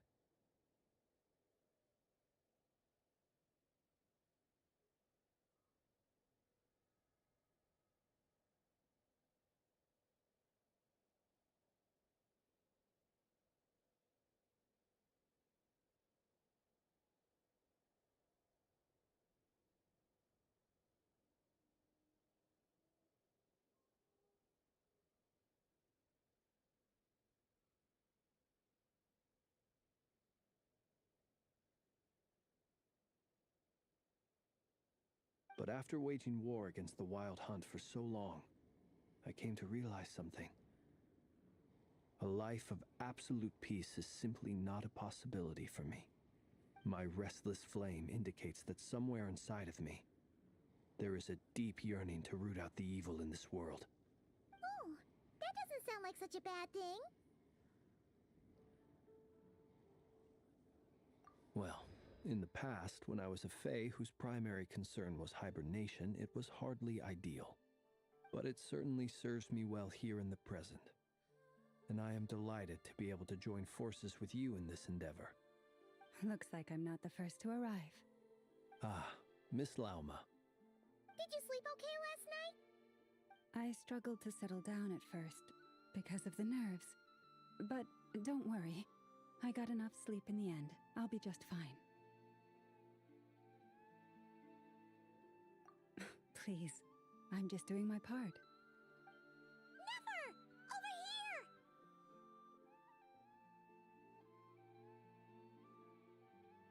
here! Aino asked me to relay a message. She said Anefa will be on high alert and keep a close watch over all secondary districts where defense is required, providing support as necessary. Meanwhile, Aino herself will provide range support to us directly, using her latest invention. Excellent. My thanks to all involved. The chess set's looking a little unstable. It won't hold him much longer. We should be prepared to engage at a moment's notice. No sense sitting around waiting. Let's make the first move while we still have the option. I agree. Paimon, find a safe hiding place. Got it! Be careful, traveler! I will.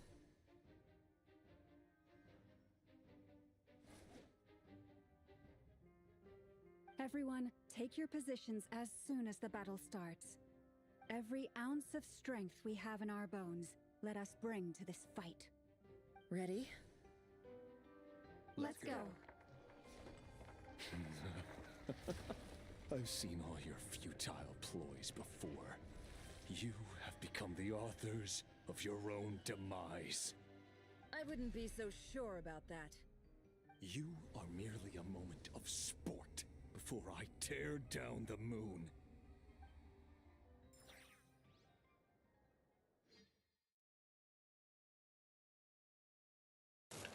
It's time for battle. Battle. Stay on your toes. Yup, you too. Me.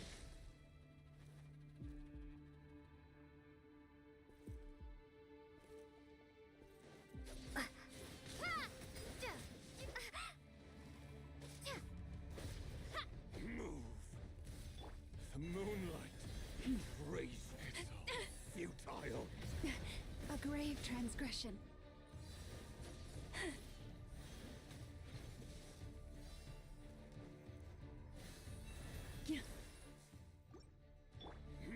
Can't hide the truth. No more lies.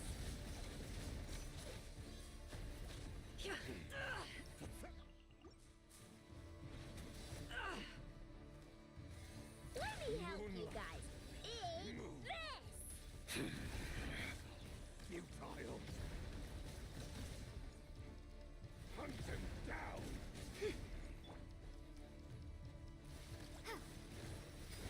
The mystery unravels. With one heart, we pray.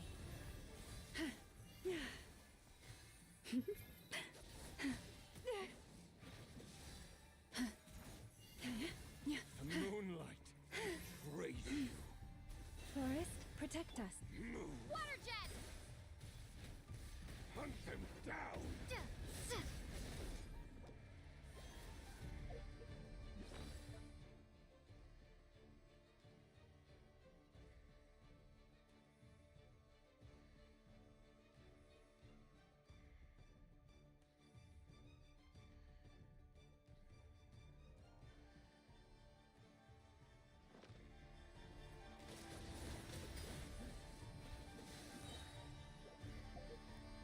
The moonlight betrays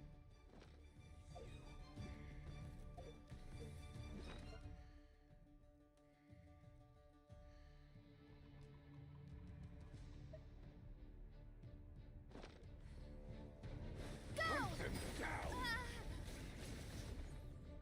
Move.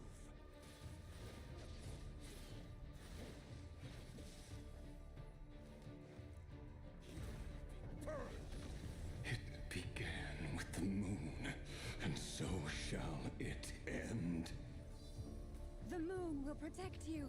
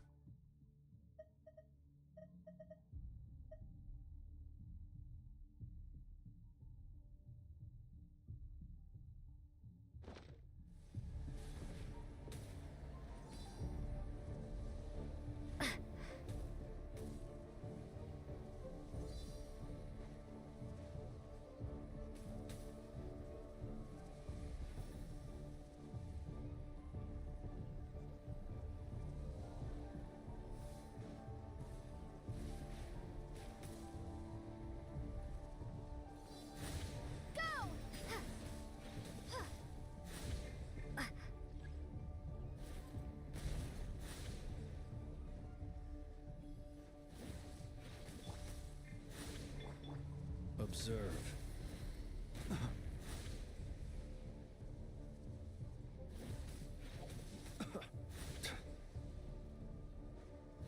Do you see now? Close your eyes. From here, when will it be as you foretold?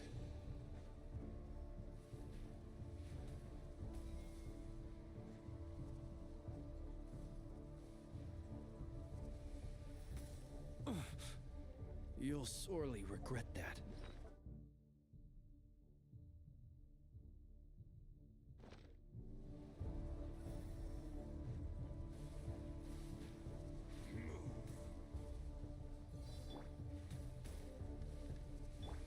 Leave this place.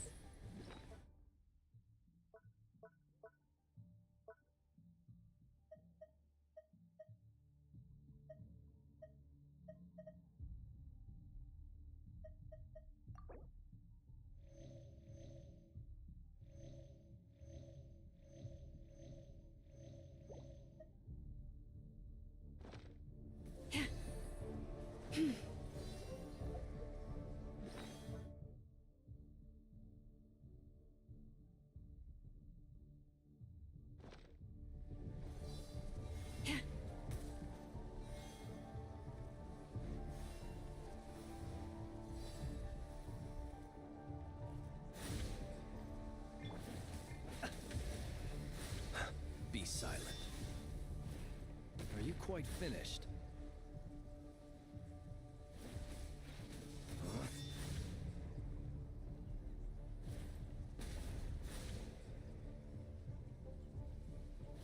Your foul spirit is not welcome here. Within. Can't hide the truth. It all adds up. For the everlasting forest. Forest, protect us.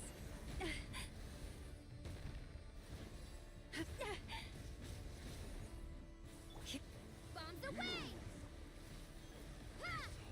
Futile!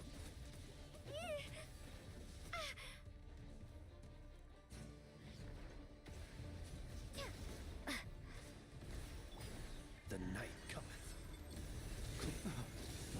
Hunt them down! Observe.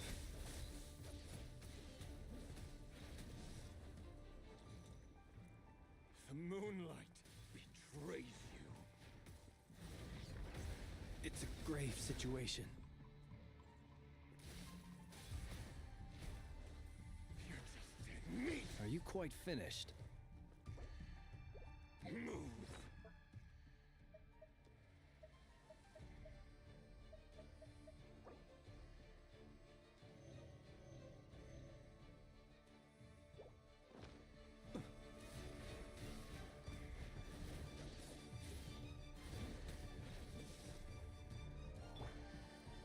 The moonlight betrays you. Can't hide the truth. Futile. No more. The deception ends here. Can't hide the truth.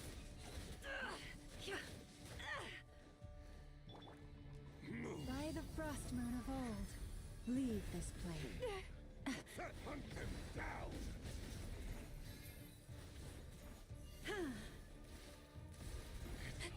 Futile. Hunt them down. Forest, protect us. A grave transgression. Your little game of heroics is over. Who wants to go first?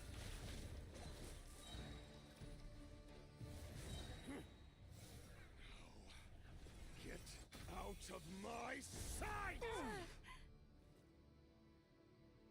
No! Death is We've been within my separated. grasp. You okay?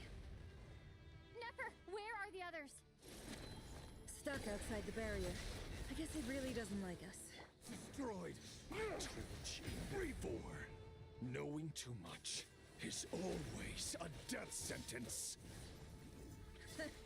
Be careful what you wish for. You Lauma! Can you hear me? Hold on, wait. Silence. Voices are gone. But at least I know they're still there. I need to focus.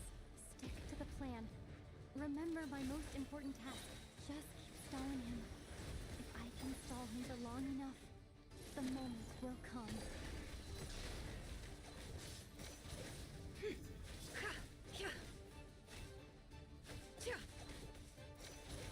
Can't hide the truth.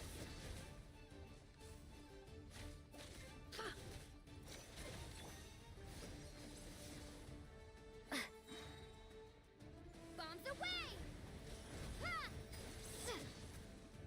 The deception ends here. It all adds up. No more lies.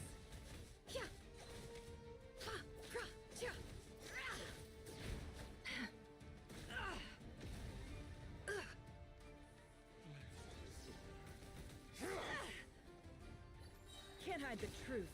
The mystery unravels. It all adds up. Wipe out!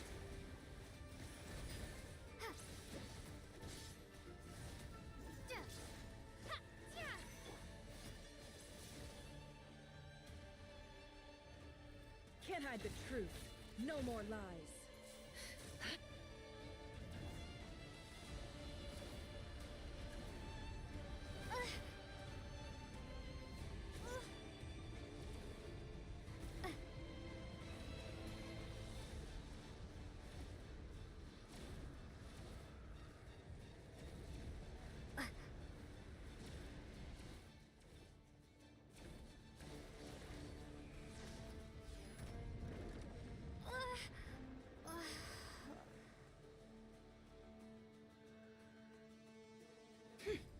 How much power will it take?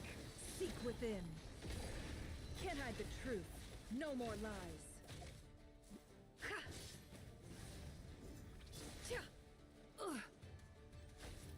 It all adds up. Shameless. Water jet! The deception ends here. No more lies. It all adds up.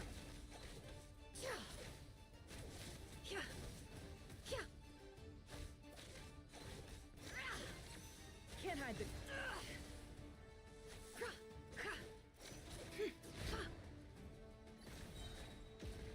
The mystery unravels.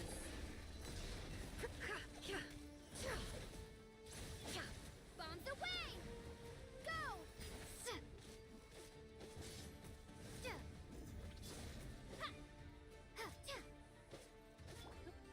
It all adds up. No more lies. The deception ends here.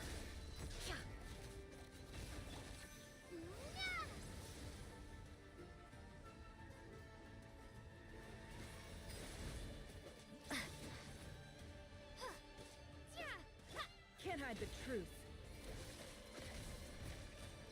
Destroyed and reborn. Seek within.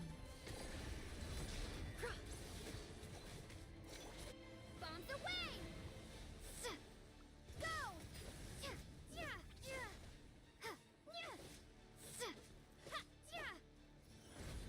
It all adds up. No more lies. Water jet!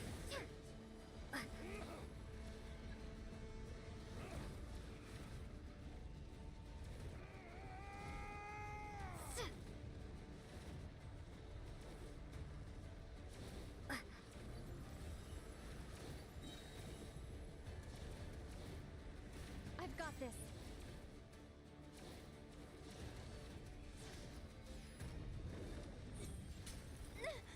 The shield's broken. I can't keep this up. Don't push your luck.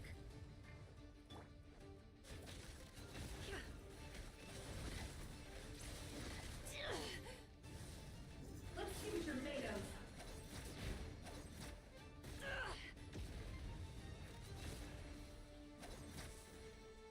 It all adds up. The mystery unravels. Time to come clean.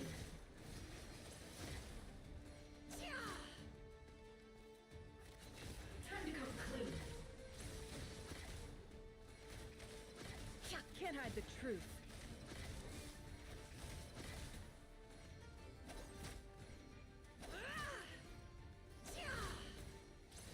It all adds up. The deception ends here. Can't hide the truth.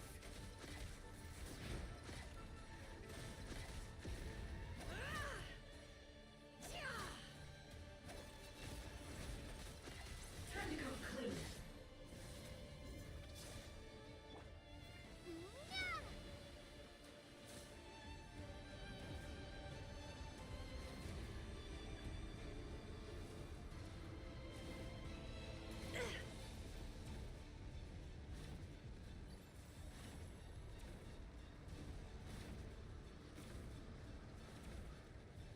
Curses. There's no other way.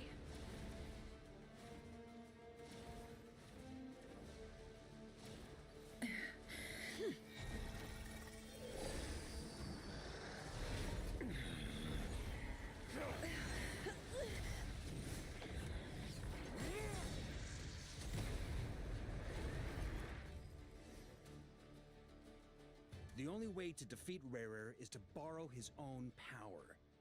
That means Columbina will have to disappear while you two bear the brunt of his attacks. You have to hold on. Find a way to keep him focused on killing the two of you.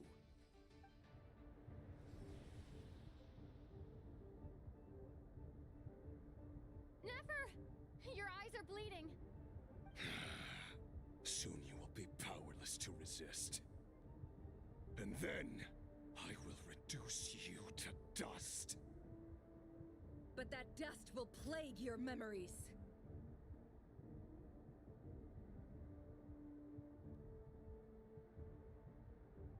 Come on. Keep holding on. Any other tricks up your sleeve? Let's see them. As entertaining as they are, you've backed yourself into a... You don't fool me. I see your fear clear as day. I have to stoke his rage. Make him unleash everything. You fear what you could never defeat. You fear the thought of never being able to save. You cannot win the fight against fate, Rarir.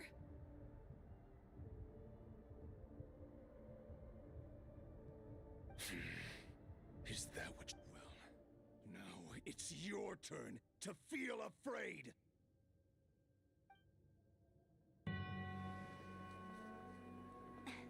You fear the sound of your own name?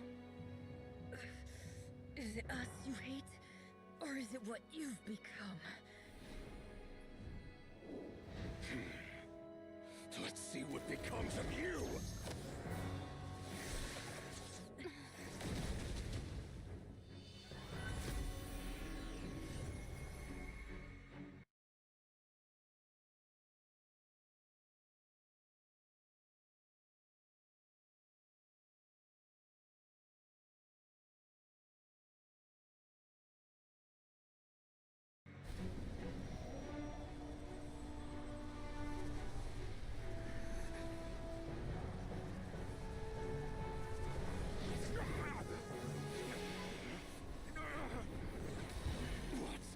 Happening? That power. I've seen it before.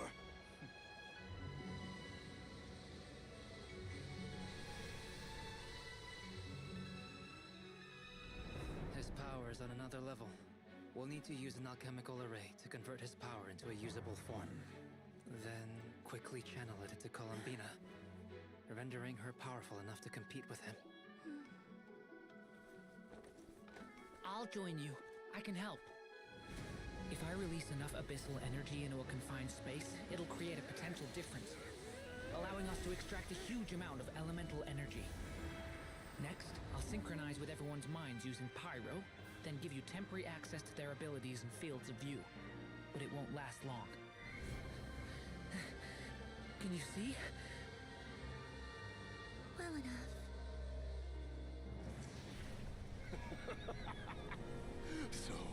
We have a student of Gold Rhine-Daughter in our midst.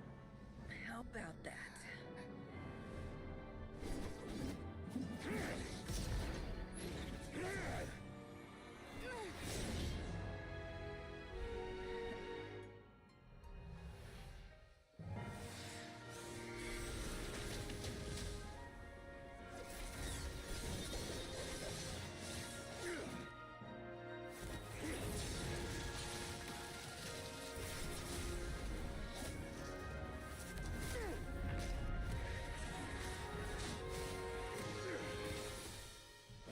You use my own power against me?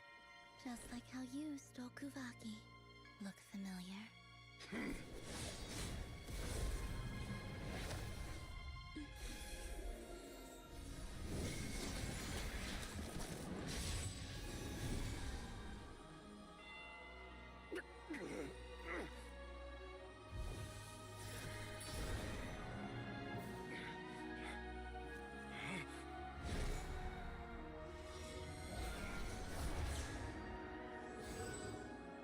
Don't you realize?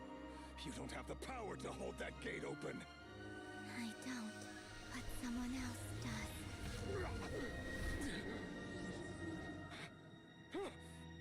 Goodbye, Rerir.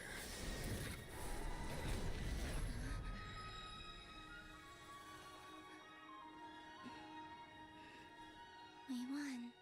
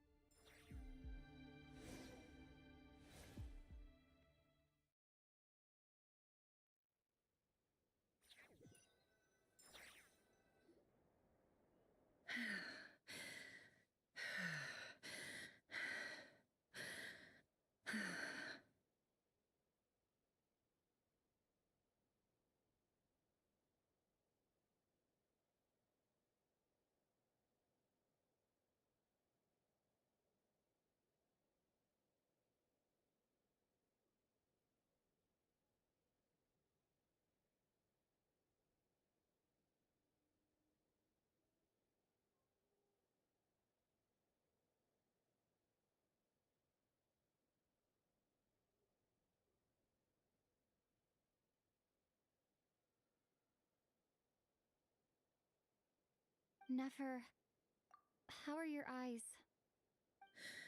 They're fine. Apart from the blindness, of course.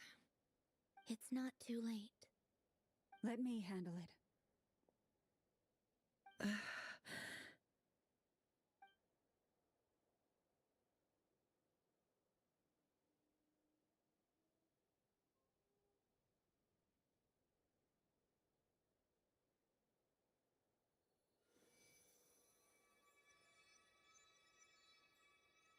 Miss Nefer, it's not like you to lose your composure. That was the most reckless thing I've ever seen you do. Reckless how? The situation was critical. Our lives were at stake. We had to do something. Even so. Okay. I guess you're right. Under the circumstances, it was a wise decision.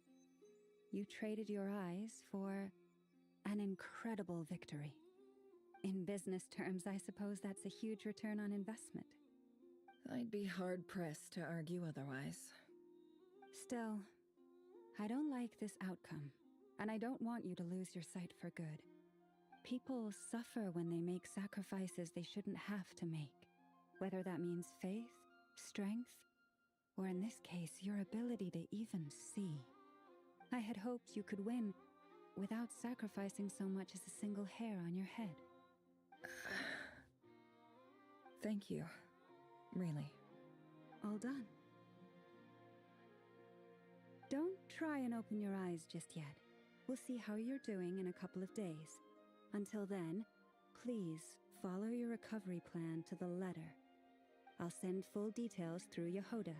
For now, just get yourself home, relax, and rest. My dear friends, we have fought bravely and achieved a spectacular victory. A dark cloud has been lifted from the skies of Nodcry. All in this land will be grateful for what you have done. The moon will remember this day. Thank you both.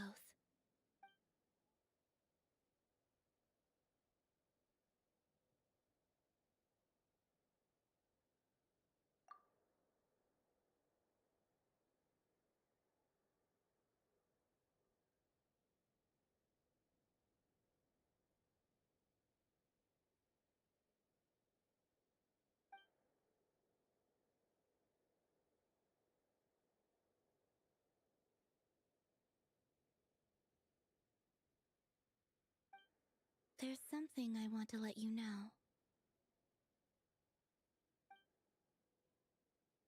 What is it? When Durin connected everyone's minds so I could access their powers, I also felt everything they felt. And since Nefer's eyes were injured, my eyes are hurting now too. Huh. Hold on. Let me try. I only feel the pain. There's no actual damage. I just thought I should tell you. You're right. There's no damage. That's a relief. But I must say, I'm surprised to hear the Kutar share something like this with me. In the past, you never used to open up about yourself. Things are a little different now from how they were. I'm learning to share how I truly feel with my friends. Friends? You have no idea how glad I am to hear that.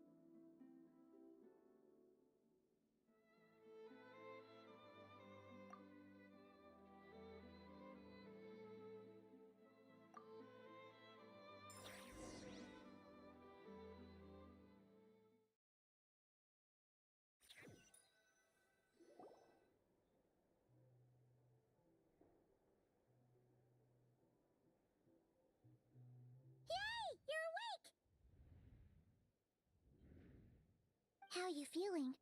Any aches and pains? Did you sleep well? I'm doing all right, Paimon.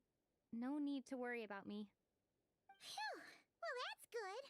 Paimon's been sitting on the edge of the bed worrying about you for ages. You slept a whole day and night. Poor Paimon had to eat all by her lonesome. Glad to hear you didn't starve. How is the food? Well, it wasn't the same without you there to share it. Honestly, Paimon just can't relax when you're not your usual self. She couldn't enjoy the food and settle down to sleep. Well, I'm back to normal now. Oh yeah, and Albedo swung by earlier. He said to tell you to head to the tavern when you woke up. Varker and the others are organizing a victory feast and they want to celebrate with you.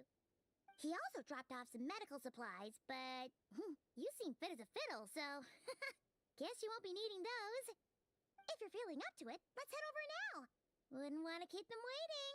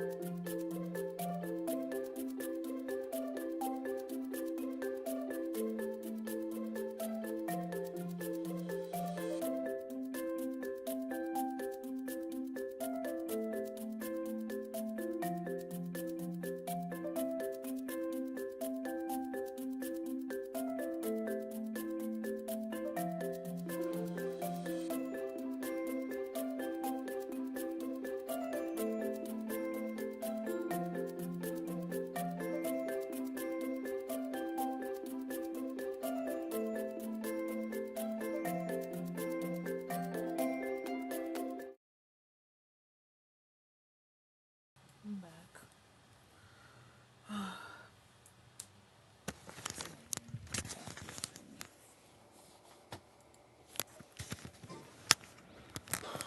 So noisy here. Back in my day,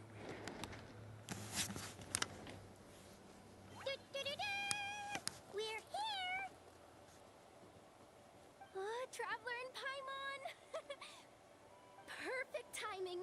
We were literally just saying how there's no way we're holding this victory feast without you any longer, and we would have postponed it till tomorrow.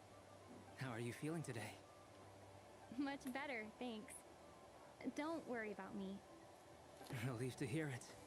If that changes, just let me know. Happy to check you over at any time. Yep, we're here for you. Anything you need, just let us know. Oh wait, where's Nipper? How are her eyes doing?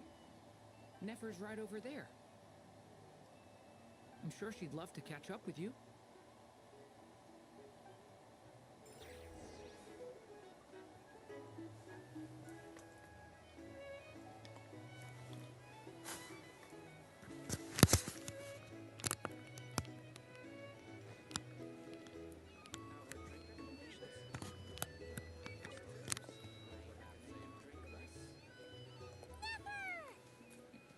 Traveler, Paimon, are you recovering well?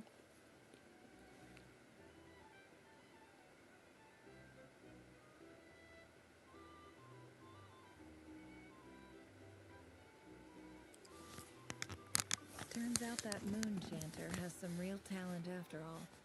My eyes were mostly recovered after just a couple days' rest.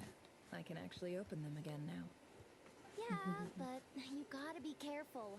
Lauma says not to strain your eyes while they're still healing. Yes, thank you. I'm well aware. Yehoda, could I borrow you for a moment? I could do with an extra pair of hands. Oh, sure. Coming Did you hear that? I gotta go help Lauma for a second. You guys chat among yourselves. I'll grab us some drinks on the way back. Paimon, you still like 'em sweet? You bet. Make it extra sweet, because Paimon's earned it. Sure thing.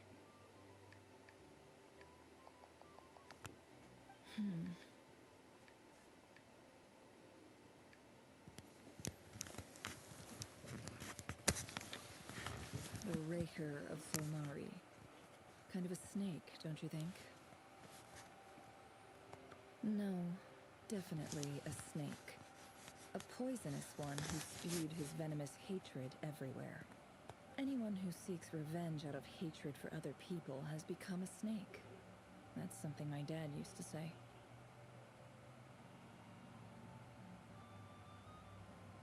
Perhaps. I'm sure it sounds like a very wise and open-hearted perspective to your ears. But me? I think hatred is a perfectly justifiable emotion. What else is left when everything you depended on in life gets stripped away? Something's gotta fuel that drive to keep on living.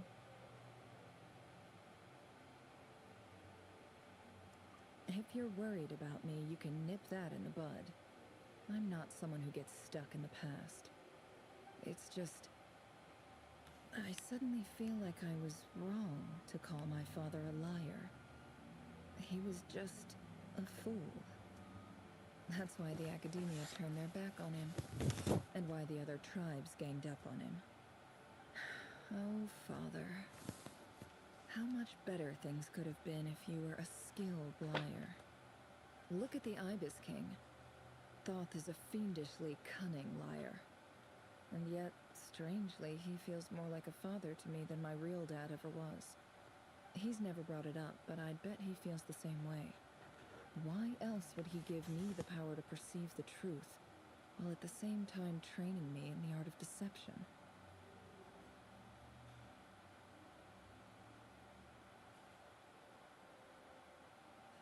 Well, King Deshret banished him to Aru, which is essentially a prison, and posed 3 questions to him. He promised that he'd have his freedom if he could find the answers. His response was to take on a physical form and approach me, hoping that I could become his envoy and search for one of the answers on his behalf. Did he really think I'd fall for that? He's stuck there. He can't make me return what he gave to me.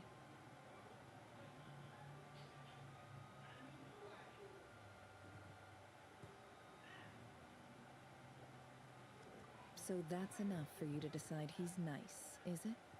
He's a prisoner, and he was scared.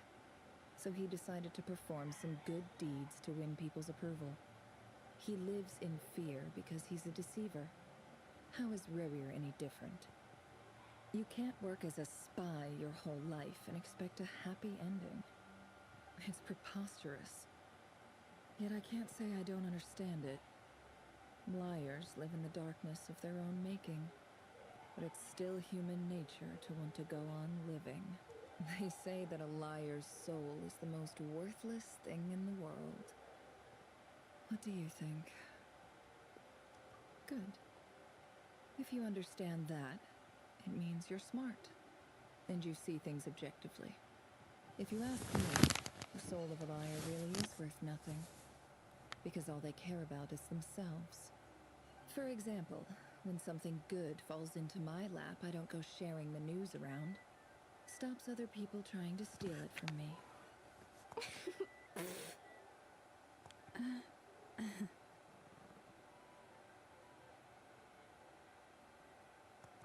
So be it. They have sharp ears. I can't keep anything from them. Oh, is that what it looks like?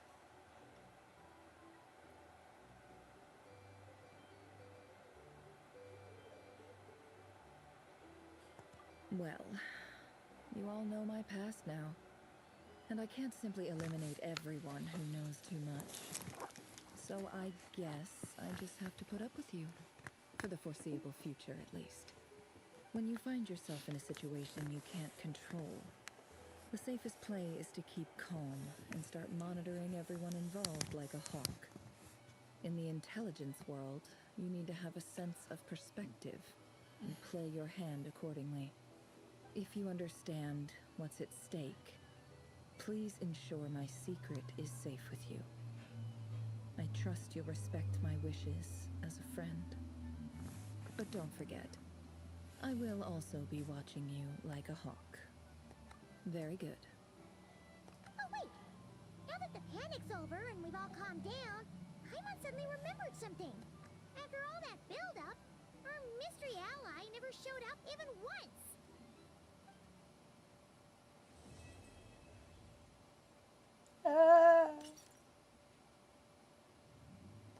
Huh? Am I imagining things?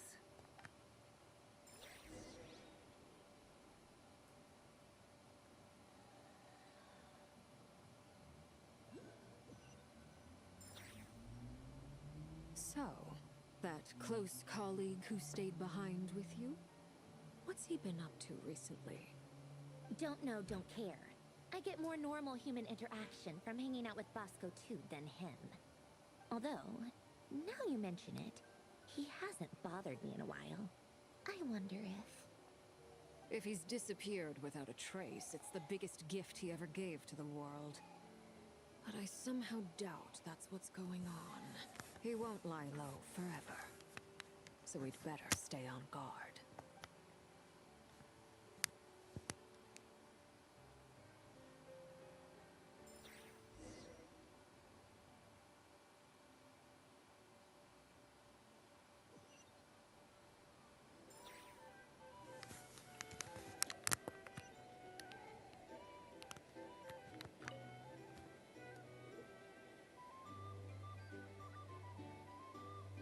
Ah, Lord Sangama Bay. How lovely to see you. I must thank you for the device you provided. It was an enormous help. Would I be right in thinking that it was developed by the Academia? Why come and ask me when you clearly know already? I mostly came to thank you. That's more like it. A little gratitude goes a long way with Lord Sangama Bay. Play your cards right, and you might even stand a chance of becoming my long-term supplier. The chance to work with such a kind and charitable investor as yourself would be a great honor for the Curatorium. Huh? Charitable? Who said anything about charity? First time hearing about it. Let's see. The first plot of land you purchased in Nodcry, your desert interests, and... Stop! What do you think you're doing? Exposing my investment history! It's nothing to hide from. They're all perfectly legitimate investments. And some of the land you purchased was with the intent of building a sanctuary? Yes, I heard about that too. How did you... You're a curious case, Lord Sangama Bay. You don't like people finding out about your good deeds, do you? But I'm afraid no matter how hard you try to keep things under wraps, where there's a will, there's a way. You did it for Sumeru, didn't you? It was empty land that was gonna go to waste otherwise. I figured if I built something there, it might at least get some use in an emergency. Disasters are capricious things. They strike without any warning. I've lost family to a disaster before, and I don't want to lose any friends or business partners if I can help it. My elder sister used to dream of finding a sanctuary. Somewhere with plenty of food, water, and medicine. Where everyone could live happy lives. It was something I looked into, but after discussing things with the Dendro Archon, I decided on a more effective strategy. The tech people handled the tech, and Moneybags provided the Mora. It just made the most sense. It's a pity that so few people know the truth about you. Everyone says that you view everything in terms of Mora, and all you care about is growing your own wealth. So, what's the problem with that? Everyone wants to be rich. It's human nature. So yes, I love Mora, and it's nothing to be ashamed of. But surely you have dreams of your own beyond just making Mora. You don't get it, do you? My dream is to invest in other people's dreams. And, you know, make a nice little slice for myself along the way. Just thinking about it makes me happy. That sweet, sweet sound of Mora. Thank you. device? And the pendant. Oh, that. I was just returning a favor. Don't worry about it. Seems like we've both been away from home for a very long time. Yeah. So long that I barely remember what my family even looked like. That would be your mother, father, and sister? Yeah, though it's been years since my sister passed away. It's not like I want to forget them, obviously, but memory can be even more ruthless than the most calculating business person. Beyond a certain point, if something isn't helping you, it just gets rid of it. My sister can't help me now. Slowly but surely, her face is fading from my mind's eye. It's become a vague impression. Not everything will fade. When loved ones pass away, the beautiful memories are the ones that last the longest. Yeah, that's true. If you ask me, that's the one silver lining in all of it. Well, that, plus, I'm sure that life is much better now than it was back then. Oh, absolutely. I have tons of Mora, a big beautiful house, business is booming, and I'm as happy as can be. You've got a lot going for you too. Boss of the Curatorium of Secrets? I'm sure there's plenty of Mora to be made in that line of work. I appreciate the vote of confidence.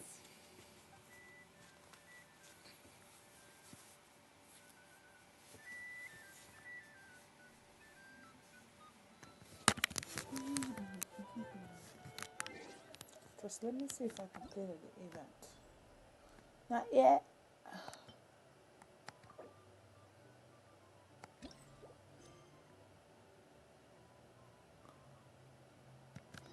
Okay.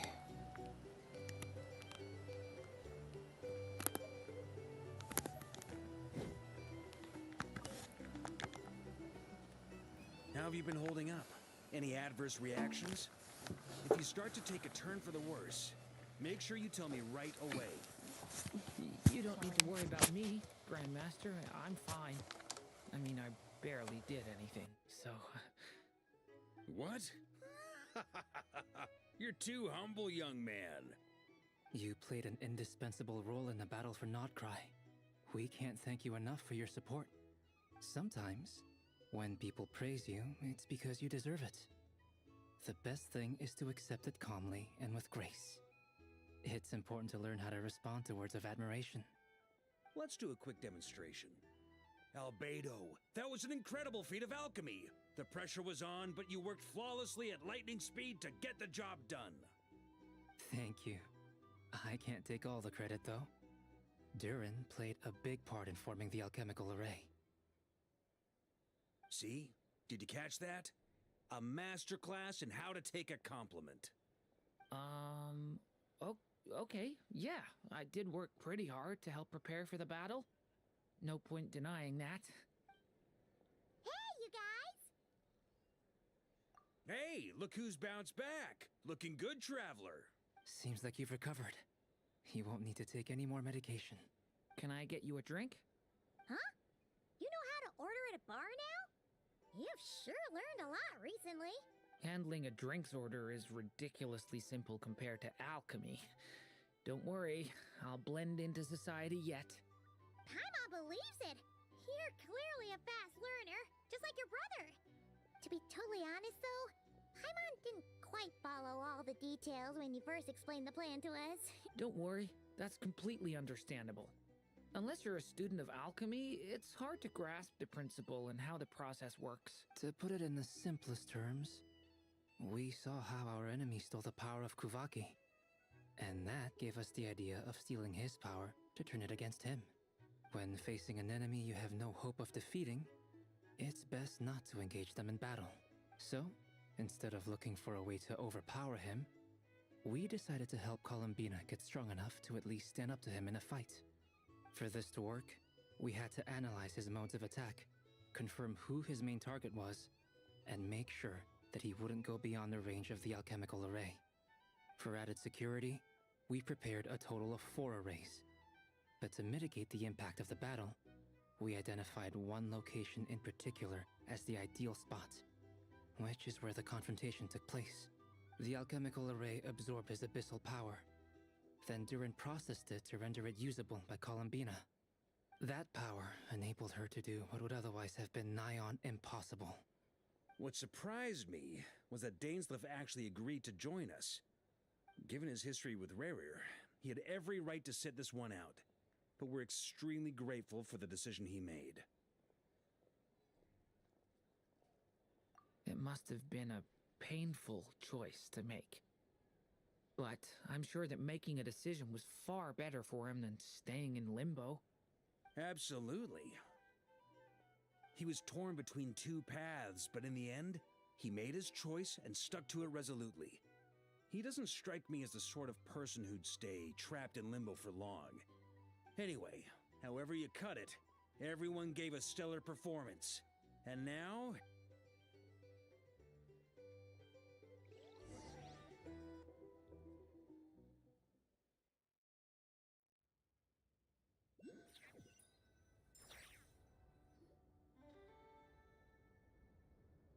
That's the only reason you're here.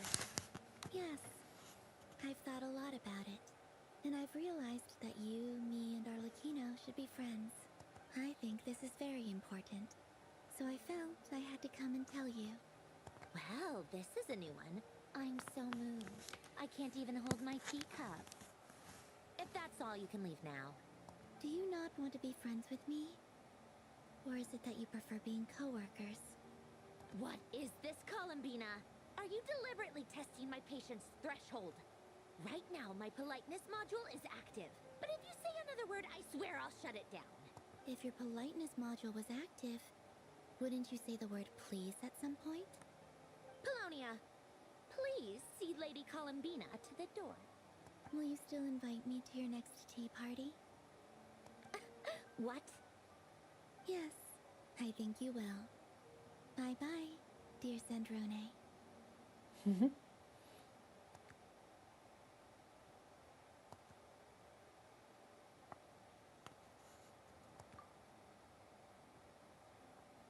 Last time, the Wild Hunt escorted you out. Would you rather I handled it myself this time? We just wanted to, see how you were doing now that it's all over. Why? Out of concern for my safety?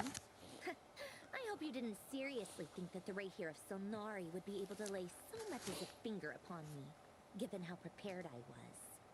Mostly because you kind of helped us out, so we just wanted to check you were okay. Looks like all your robots are fixed, huh?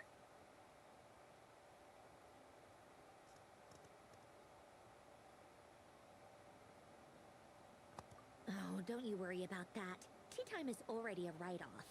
The visitor before you managed to kill my appetite. If you're in the mood for tea, go ahead and help yourself. Otherwise, it's going to waste. My coasters are still missing in action, though. Use this notebook instead. Whoa! Pretty hefty notebook. Look at all those calculations. You can ignore those. They're just dumb scribblings. I doodle and write in my free time. Sometimes I remember the distant dreamlike past. Sometimes I imagine the far-flung future. And other times, I grit my teeth and note down all the crazy nonsense going on in the present. Some people do the crosswords in the newspaper. This is my equivalent of that. Trying to predict the future is like daydreaming. And writing about the present just makes me furious. The past is my favorite. If nothing else, it's already set in stone, so I don't have to rack my brains trying to figure it all out. Huh. Although, having said that, the only vaguely interesting memory in my past is probably that guy they call Lord Artificer. Who else? Pretty much all the Mecha and Fontaine are his personal handiwork. Wait, are you saying you know him?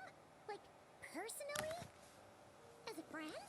I mean, I guess we were friendly enough. Yep. In fact, I'm probably the only normal person left who knew him at all. We used to chat occasionally back when he was still around. Before he passed away, he asked me to destroy all his manuscripts. I honored his request, but I did read through everything first before destroying them. I mean, I couldn't let the genius of Lord Artificer Alain Guillotin disappear like that. Would have been Such a waste. So, that's where the formulas in your notebook are from? I just told you. Those are my equivalent of crossword puzzles. They're just dumb formulas that I solve for fun when I'm bored. Alain's work was like epic poetry. The formulas in my notebook are just silly little riddles in comparison. Not that there's anything bad about them. I mean, at least solving those riddles isn't going to hurt anyone. Except me, because I lose a few brain cells in the process. Anyway, while we're on the topic, I might as well tell you about what happened to him and his friends. Alain Guillotin had two close buddies, Renee and Jacob. They spent their childhood years together in the Narzissenkreuz Institute. They were all quite competitive, so there was some rivalry between them, but it was a friendly rivalry. But beneath the friendship and the rivalry ran something deeper, a sense of nostalgia for the past. Unfortunately, childhood would end, the prophecy would come true, the apocalypse would arrive, and the future would never be. A mad dream that would normally only capture the minds of lunatics began to take root in their hearts. A dream of saving the world. And if Renee and Alain had been people of lesser wits, that dream would probably have ended up as something for them to joke about in their older years. But alas, they were some of the sharpest minds around. They nurtured that dream with the full power of their intellect, and it grew into something that ate away at their souls. The first of them to fall under its spell was Renee. Against Alain's wishes, he persisted in experimenting on a mutual friend of theirs to try and save their life. Alain did not approve and parted ways with Renee. It's complicated. Alain wanted to believe that Renee only did what he did for the sake of their friendship. But when he told me about what happened, I could tell he still had some suspicions about Renee's motives. Perhaps the seed that would grow into a nightmare had already sprouted in Renee's mind. Even then, the next time they met, Renee's soul had been completely engulfed by the dream of salvation. His futile attempt to change the tide of fate only resulted in a wave that swallowed up the world, even before the apocalypse came. And although that wave died down eventually, I hear that it just recently came back with a vengeance. As I understand, Renee wanted to live out his dream of salvation once more. But I'm told that the attempted resurgence finally died out for good. At long last, Renee awoke from his deluded dream. Though of course by then it was far too late. What do you think of Renee? Do you admire his transcendent genius? His view that any price was worth paying to achieve the lofty goal of saving the world? Or do you despise him? Dismiss him as an evil madman who wrought havoc on the lives of everyone around him as he pursued his delusional dream? Same difference, really. Just a matter of perspective. What a cop-out. But I suspect you'd have a more incisive and insightful answer if we dug into it further. I don't like fanatics who give up their whole lives for their ideology. Nor do I like fools who let their delusions take control. Maybe I could understand if Renee had just been an ordinary person. But he had a sage-like intellect. And still managed to get himself lost in the labyrinth of his own desires. Anyway, that's enough about Renee. Now, moving on to Alain Guillotin, the Lord Artificer. He managed to put a stop to the first storm whipped up by Renee. But after that, Alain lost his friends and family. To his credit, I suppose, the loss of his family and friends was purely a tragic accident. It's not like Alain sacrificed them for his cause or anything. After that, the only thing supporting his work was the same dream that had dragged his closest friend down to the abyss. But although the desire to save Fontaine drove him to found the Fontaine Research Institute, Alain continued to reject any form of transcendental knowledge or power. He was suspicious and fearful of it, having seen the way it had affected his closest friend. I think that formulas and machines derived solely from human intellect were the only thing that gave him a sense of spiritual comfort. Yet Alain's intellect was simply too great. It barely left him space to breathe in his lifetime. Once he realized that the end of his life was approaching, he finally accepted the truth. The Nazissenkreuz Institute needed someone, and a human being, to see its story through to the end. He quit working on his formulas, trading them in for the fairy tales that had played such a formative role in his childhood, but which he barely touched in his adult life. He told me that the director of the Nazissenkreuz Institute used to read those fairy tales to the children as bedtime stories. Apparently, they worked wonders at sending kids off to sleep. I think that all he wanted at that time in his life was to be able to sleep deeply without being plagued by depression. By that point, nothing else really mattered. At the very end, he laid down to rest in the ruins of the former Nazissenkreuz Institute orphanage, while the Fontaine Research Institute he had founded continued tirelessly with its work. Many years after that, tensions over competing dreams would once again cause a rift, this time between members of the Fontaine Research Institute. But the actions of those fools had nothing at all to do with Alain. And that is the story of two people from the Nazissenkreuz Institute who both wanted to save the world. One went all in on his fantasy of salvation without ever looking back, and ended up calmly sinking to the bottom of the deepest sea. The other sought desperately to burn bright in his life, even though he wasn't sure where he was going. I do sometimes wonder, why is it that people like them have such grand hopes of saving the world? Even the grandest tree starts as a tiny seed. So perhaps, for each of them, their mission to save the world began with a very simple desire: to save themselves. They were young children with friends and family who mattered to them, desires to explore the meaning of life, ambitions to have a successful career. They didn't want to see all of that taken away in one fell swoop. Or maybe they just wanted to find something to anchor themselves within the chaos, to stop them getting quietly swept away by the storms of life. But instead, the search for their own salvation took them down the rocky road laid out by fate. Do you think the desire to save oneself is enough of a justification to try and save the world?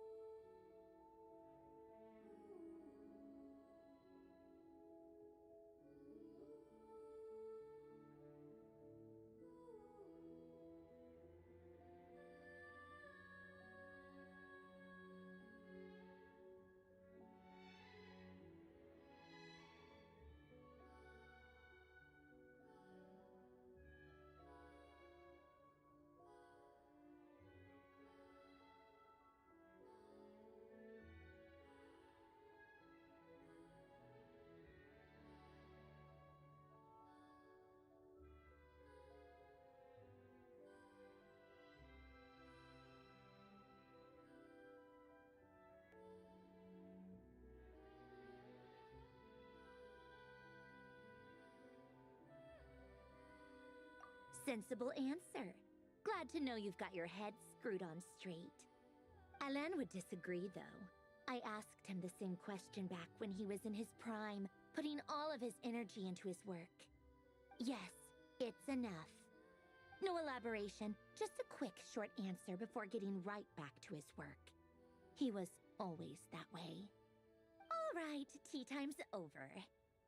I owe Arlecchino a favor for telling me these stories. I'll have to bring a whole sack of gifts the next time I visit the House of the Hearth. I'm gonna go tinker with Polonia now.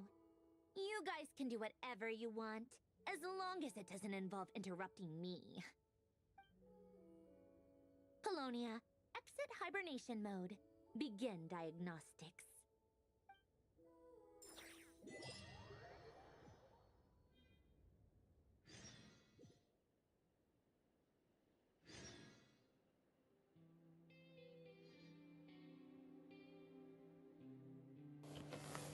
Like, when is this thing finishing? I think it's finished, right? Please, please. I'm tired. Please.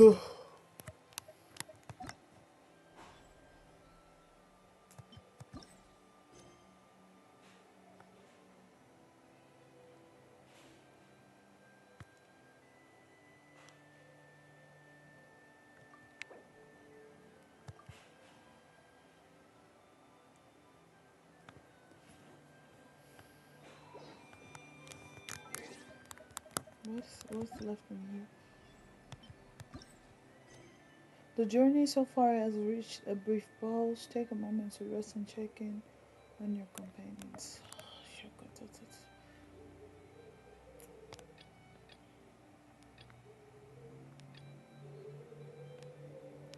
This is Act 5, bro.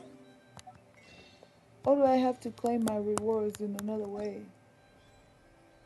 Songs of...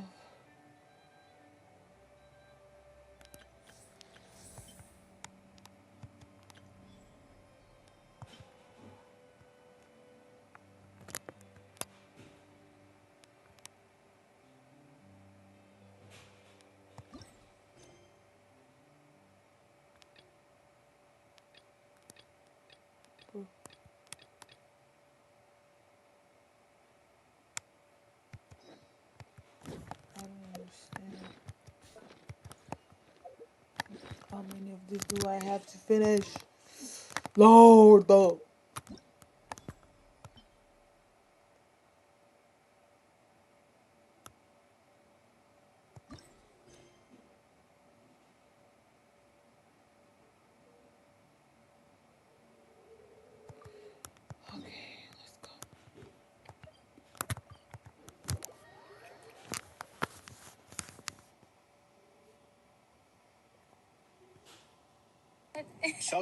Thank you for waiting. I finished checking your adventurer handbook. Here are your commission rewards. We have no other urgent commissions on the books at present. Thank you for all your hard work Maybe lately. it's done. Perhaps you two could consider taking a vacation. Amazing! Paimon never thought we'd end up having downtime in Nocry. Things were pretty hectic when we first got here. Everywhere you looked, it was either the wild hunt causing chaos or the Vatui stirring up trouble. It felt like this whole region was one giant slime in a barrel, ready to go boom at any moment. Sure have. Things were looking pretty dicey, but in the end, we managed to turn it around. Whoa! Paimon just got deja vu. Oh, that's right. It's because we've done this like a million times now. Yes. Are you two aware that the Moon Prayer Night is soon to take place? Oh, yeah! Lama told us that was coming up soon. Wait, why do you mention it, though? Do people in Nasha Town celebrate it, too? Paimon thought it was just for moon goddess worshippers. You're partially right. Most people in Nasha Town just see the festival as an opportunity to do business. They do not concern themselves with the religious element. The festival was first celebrated by the Frost Moon Scions. On this day, they would wear moon prayer blossoms and celebrate the birth of the moon goddess through song and dance. They would also prepare food and handicrafts and give them as gifts to others. Over time, it became Nodcry's most lively festival. Oh, sounds like fun! in the meantime, since Catherine doesn't have any commissions for us, let's focus on some personal business instead. When we first got here, you mentioned that this was where your spaceship landed? We didn't get to follow up on it at the time, because we got wrapped up in that whole rare situation, but now we can finally start investigating it properly. Well, there's a saying Paimon's heard around these parts, which goes, if you lift up a rock, you'll find something you weren't looking for. By that logic, you'll never find what you're looking for while you're searching, but the moment you stop looking, it'll jump right out at you. Could be worth a try though, right?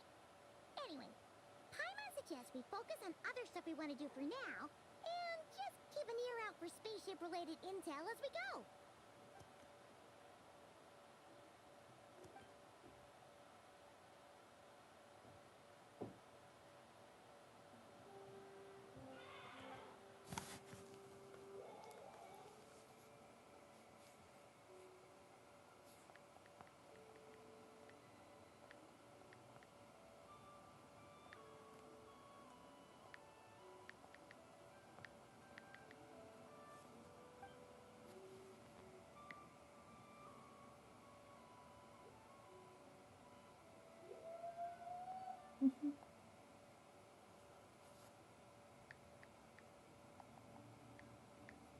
What's wrong?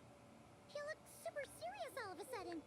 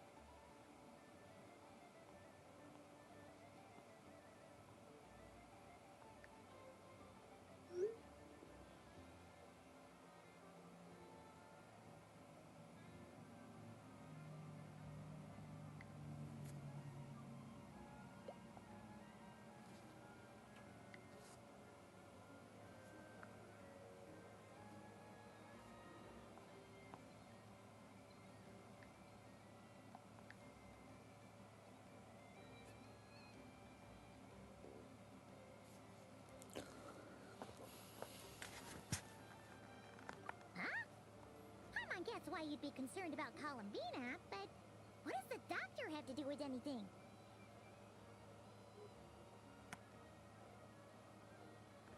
Oh, that's true. And now that you mention it, we're definitely overdue for a showdown with the Fatui. It is weird that he hasn't shown himself this whole time. What could he be up to?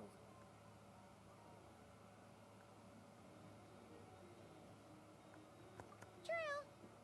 Paimon would much rather deal with Marionette anyway. She says the meanest things, but when it comes down to it, she doesn't seem like a bad person. Maybe it's the pressure of being a Fatus? Especially as a Harbinger. Does she feel like she's gotta act tough to keep up appearances or something? But then, every time we headed out with Rarier, she always wound up having to repair Polonia and her other robots. That's gotta sting. Losing face always hurts more for people who care a lot about their image. She's probably still furious about it.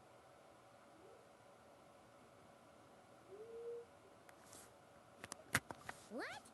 Relax! She's not even here! Huh? What's the matter? Oh, nothing, nothing! Sorry, we'll be on our way now. Where are we again? Oh yeah, Columbina? Right, yeah, let's go see Columbina.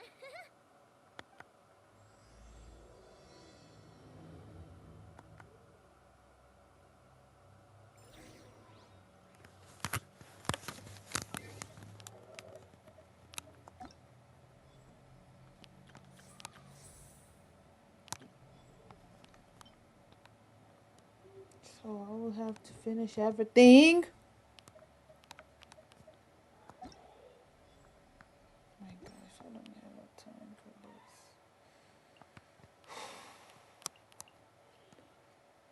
It's already been 4 hours. The whole standing and everything.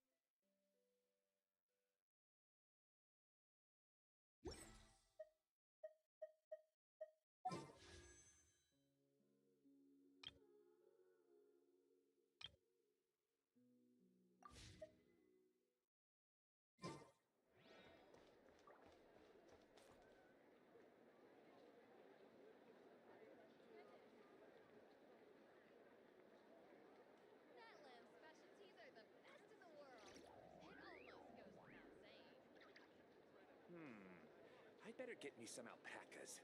Once they've hauled everything over to Snezhnaya, make a little extra by selling their Instead of confining themselves to the heavens, God should broaden their horizons in the world below.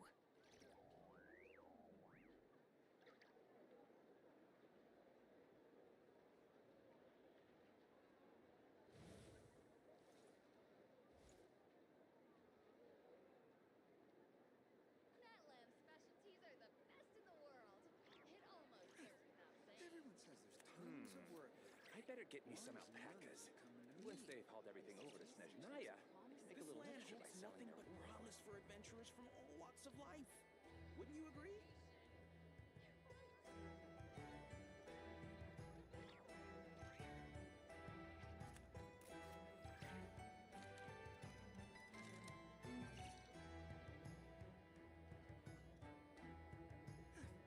Everyone says there's tons of work.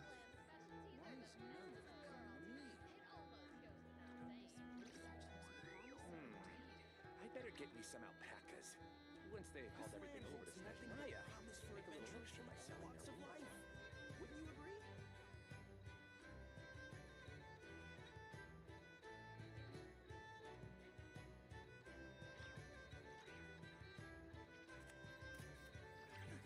Everyone says there's tons of work.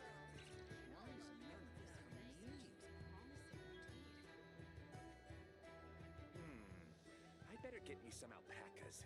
Once they've hauled everything over to Snezhnaya, make a little extra by selling their wool. From all walks of life. Wouldn't you agree?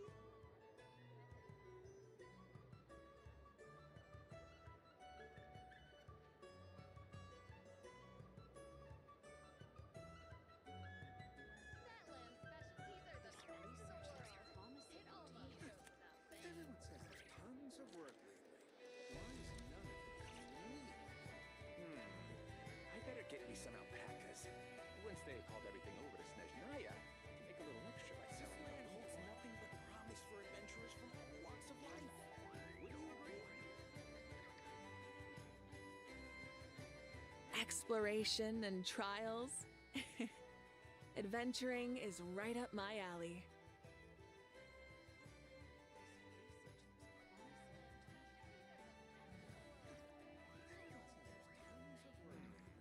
I better get me some alpacas.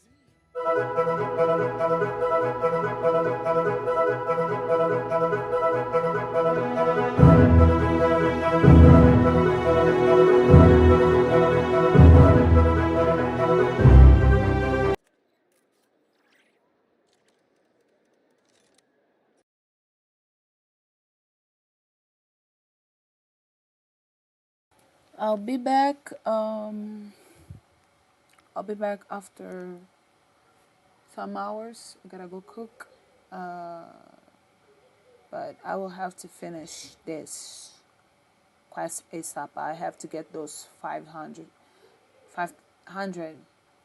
because I didn't spend all of these hours here, and then in the end it still isn't enough. Yeah, so yeah, I'll be back. So see you in another stream. Bye bye.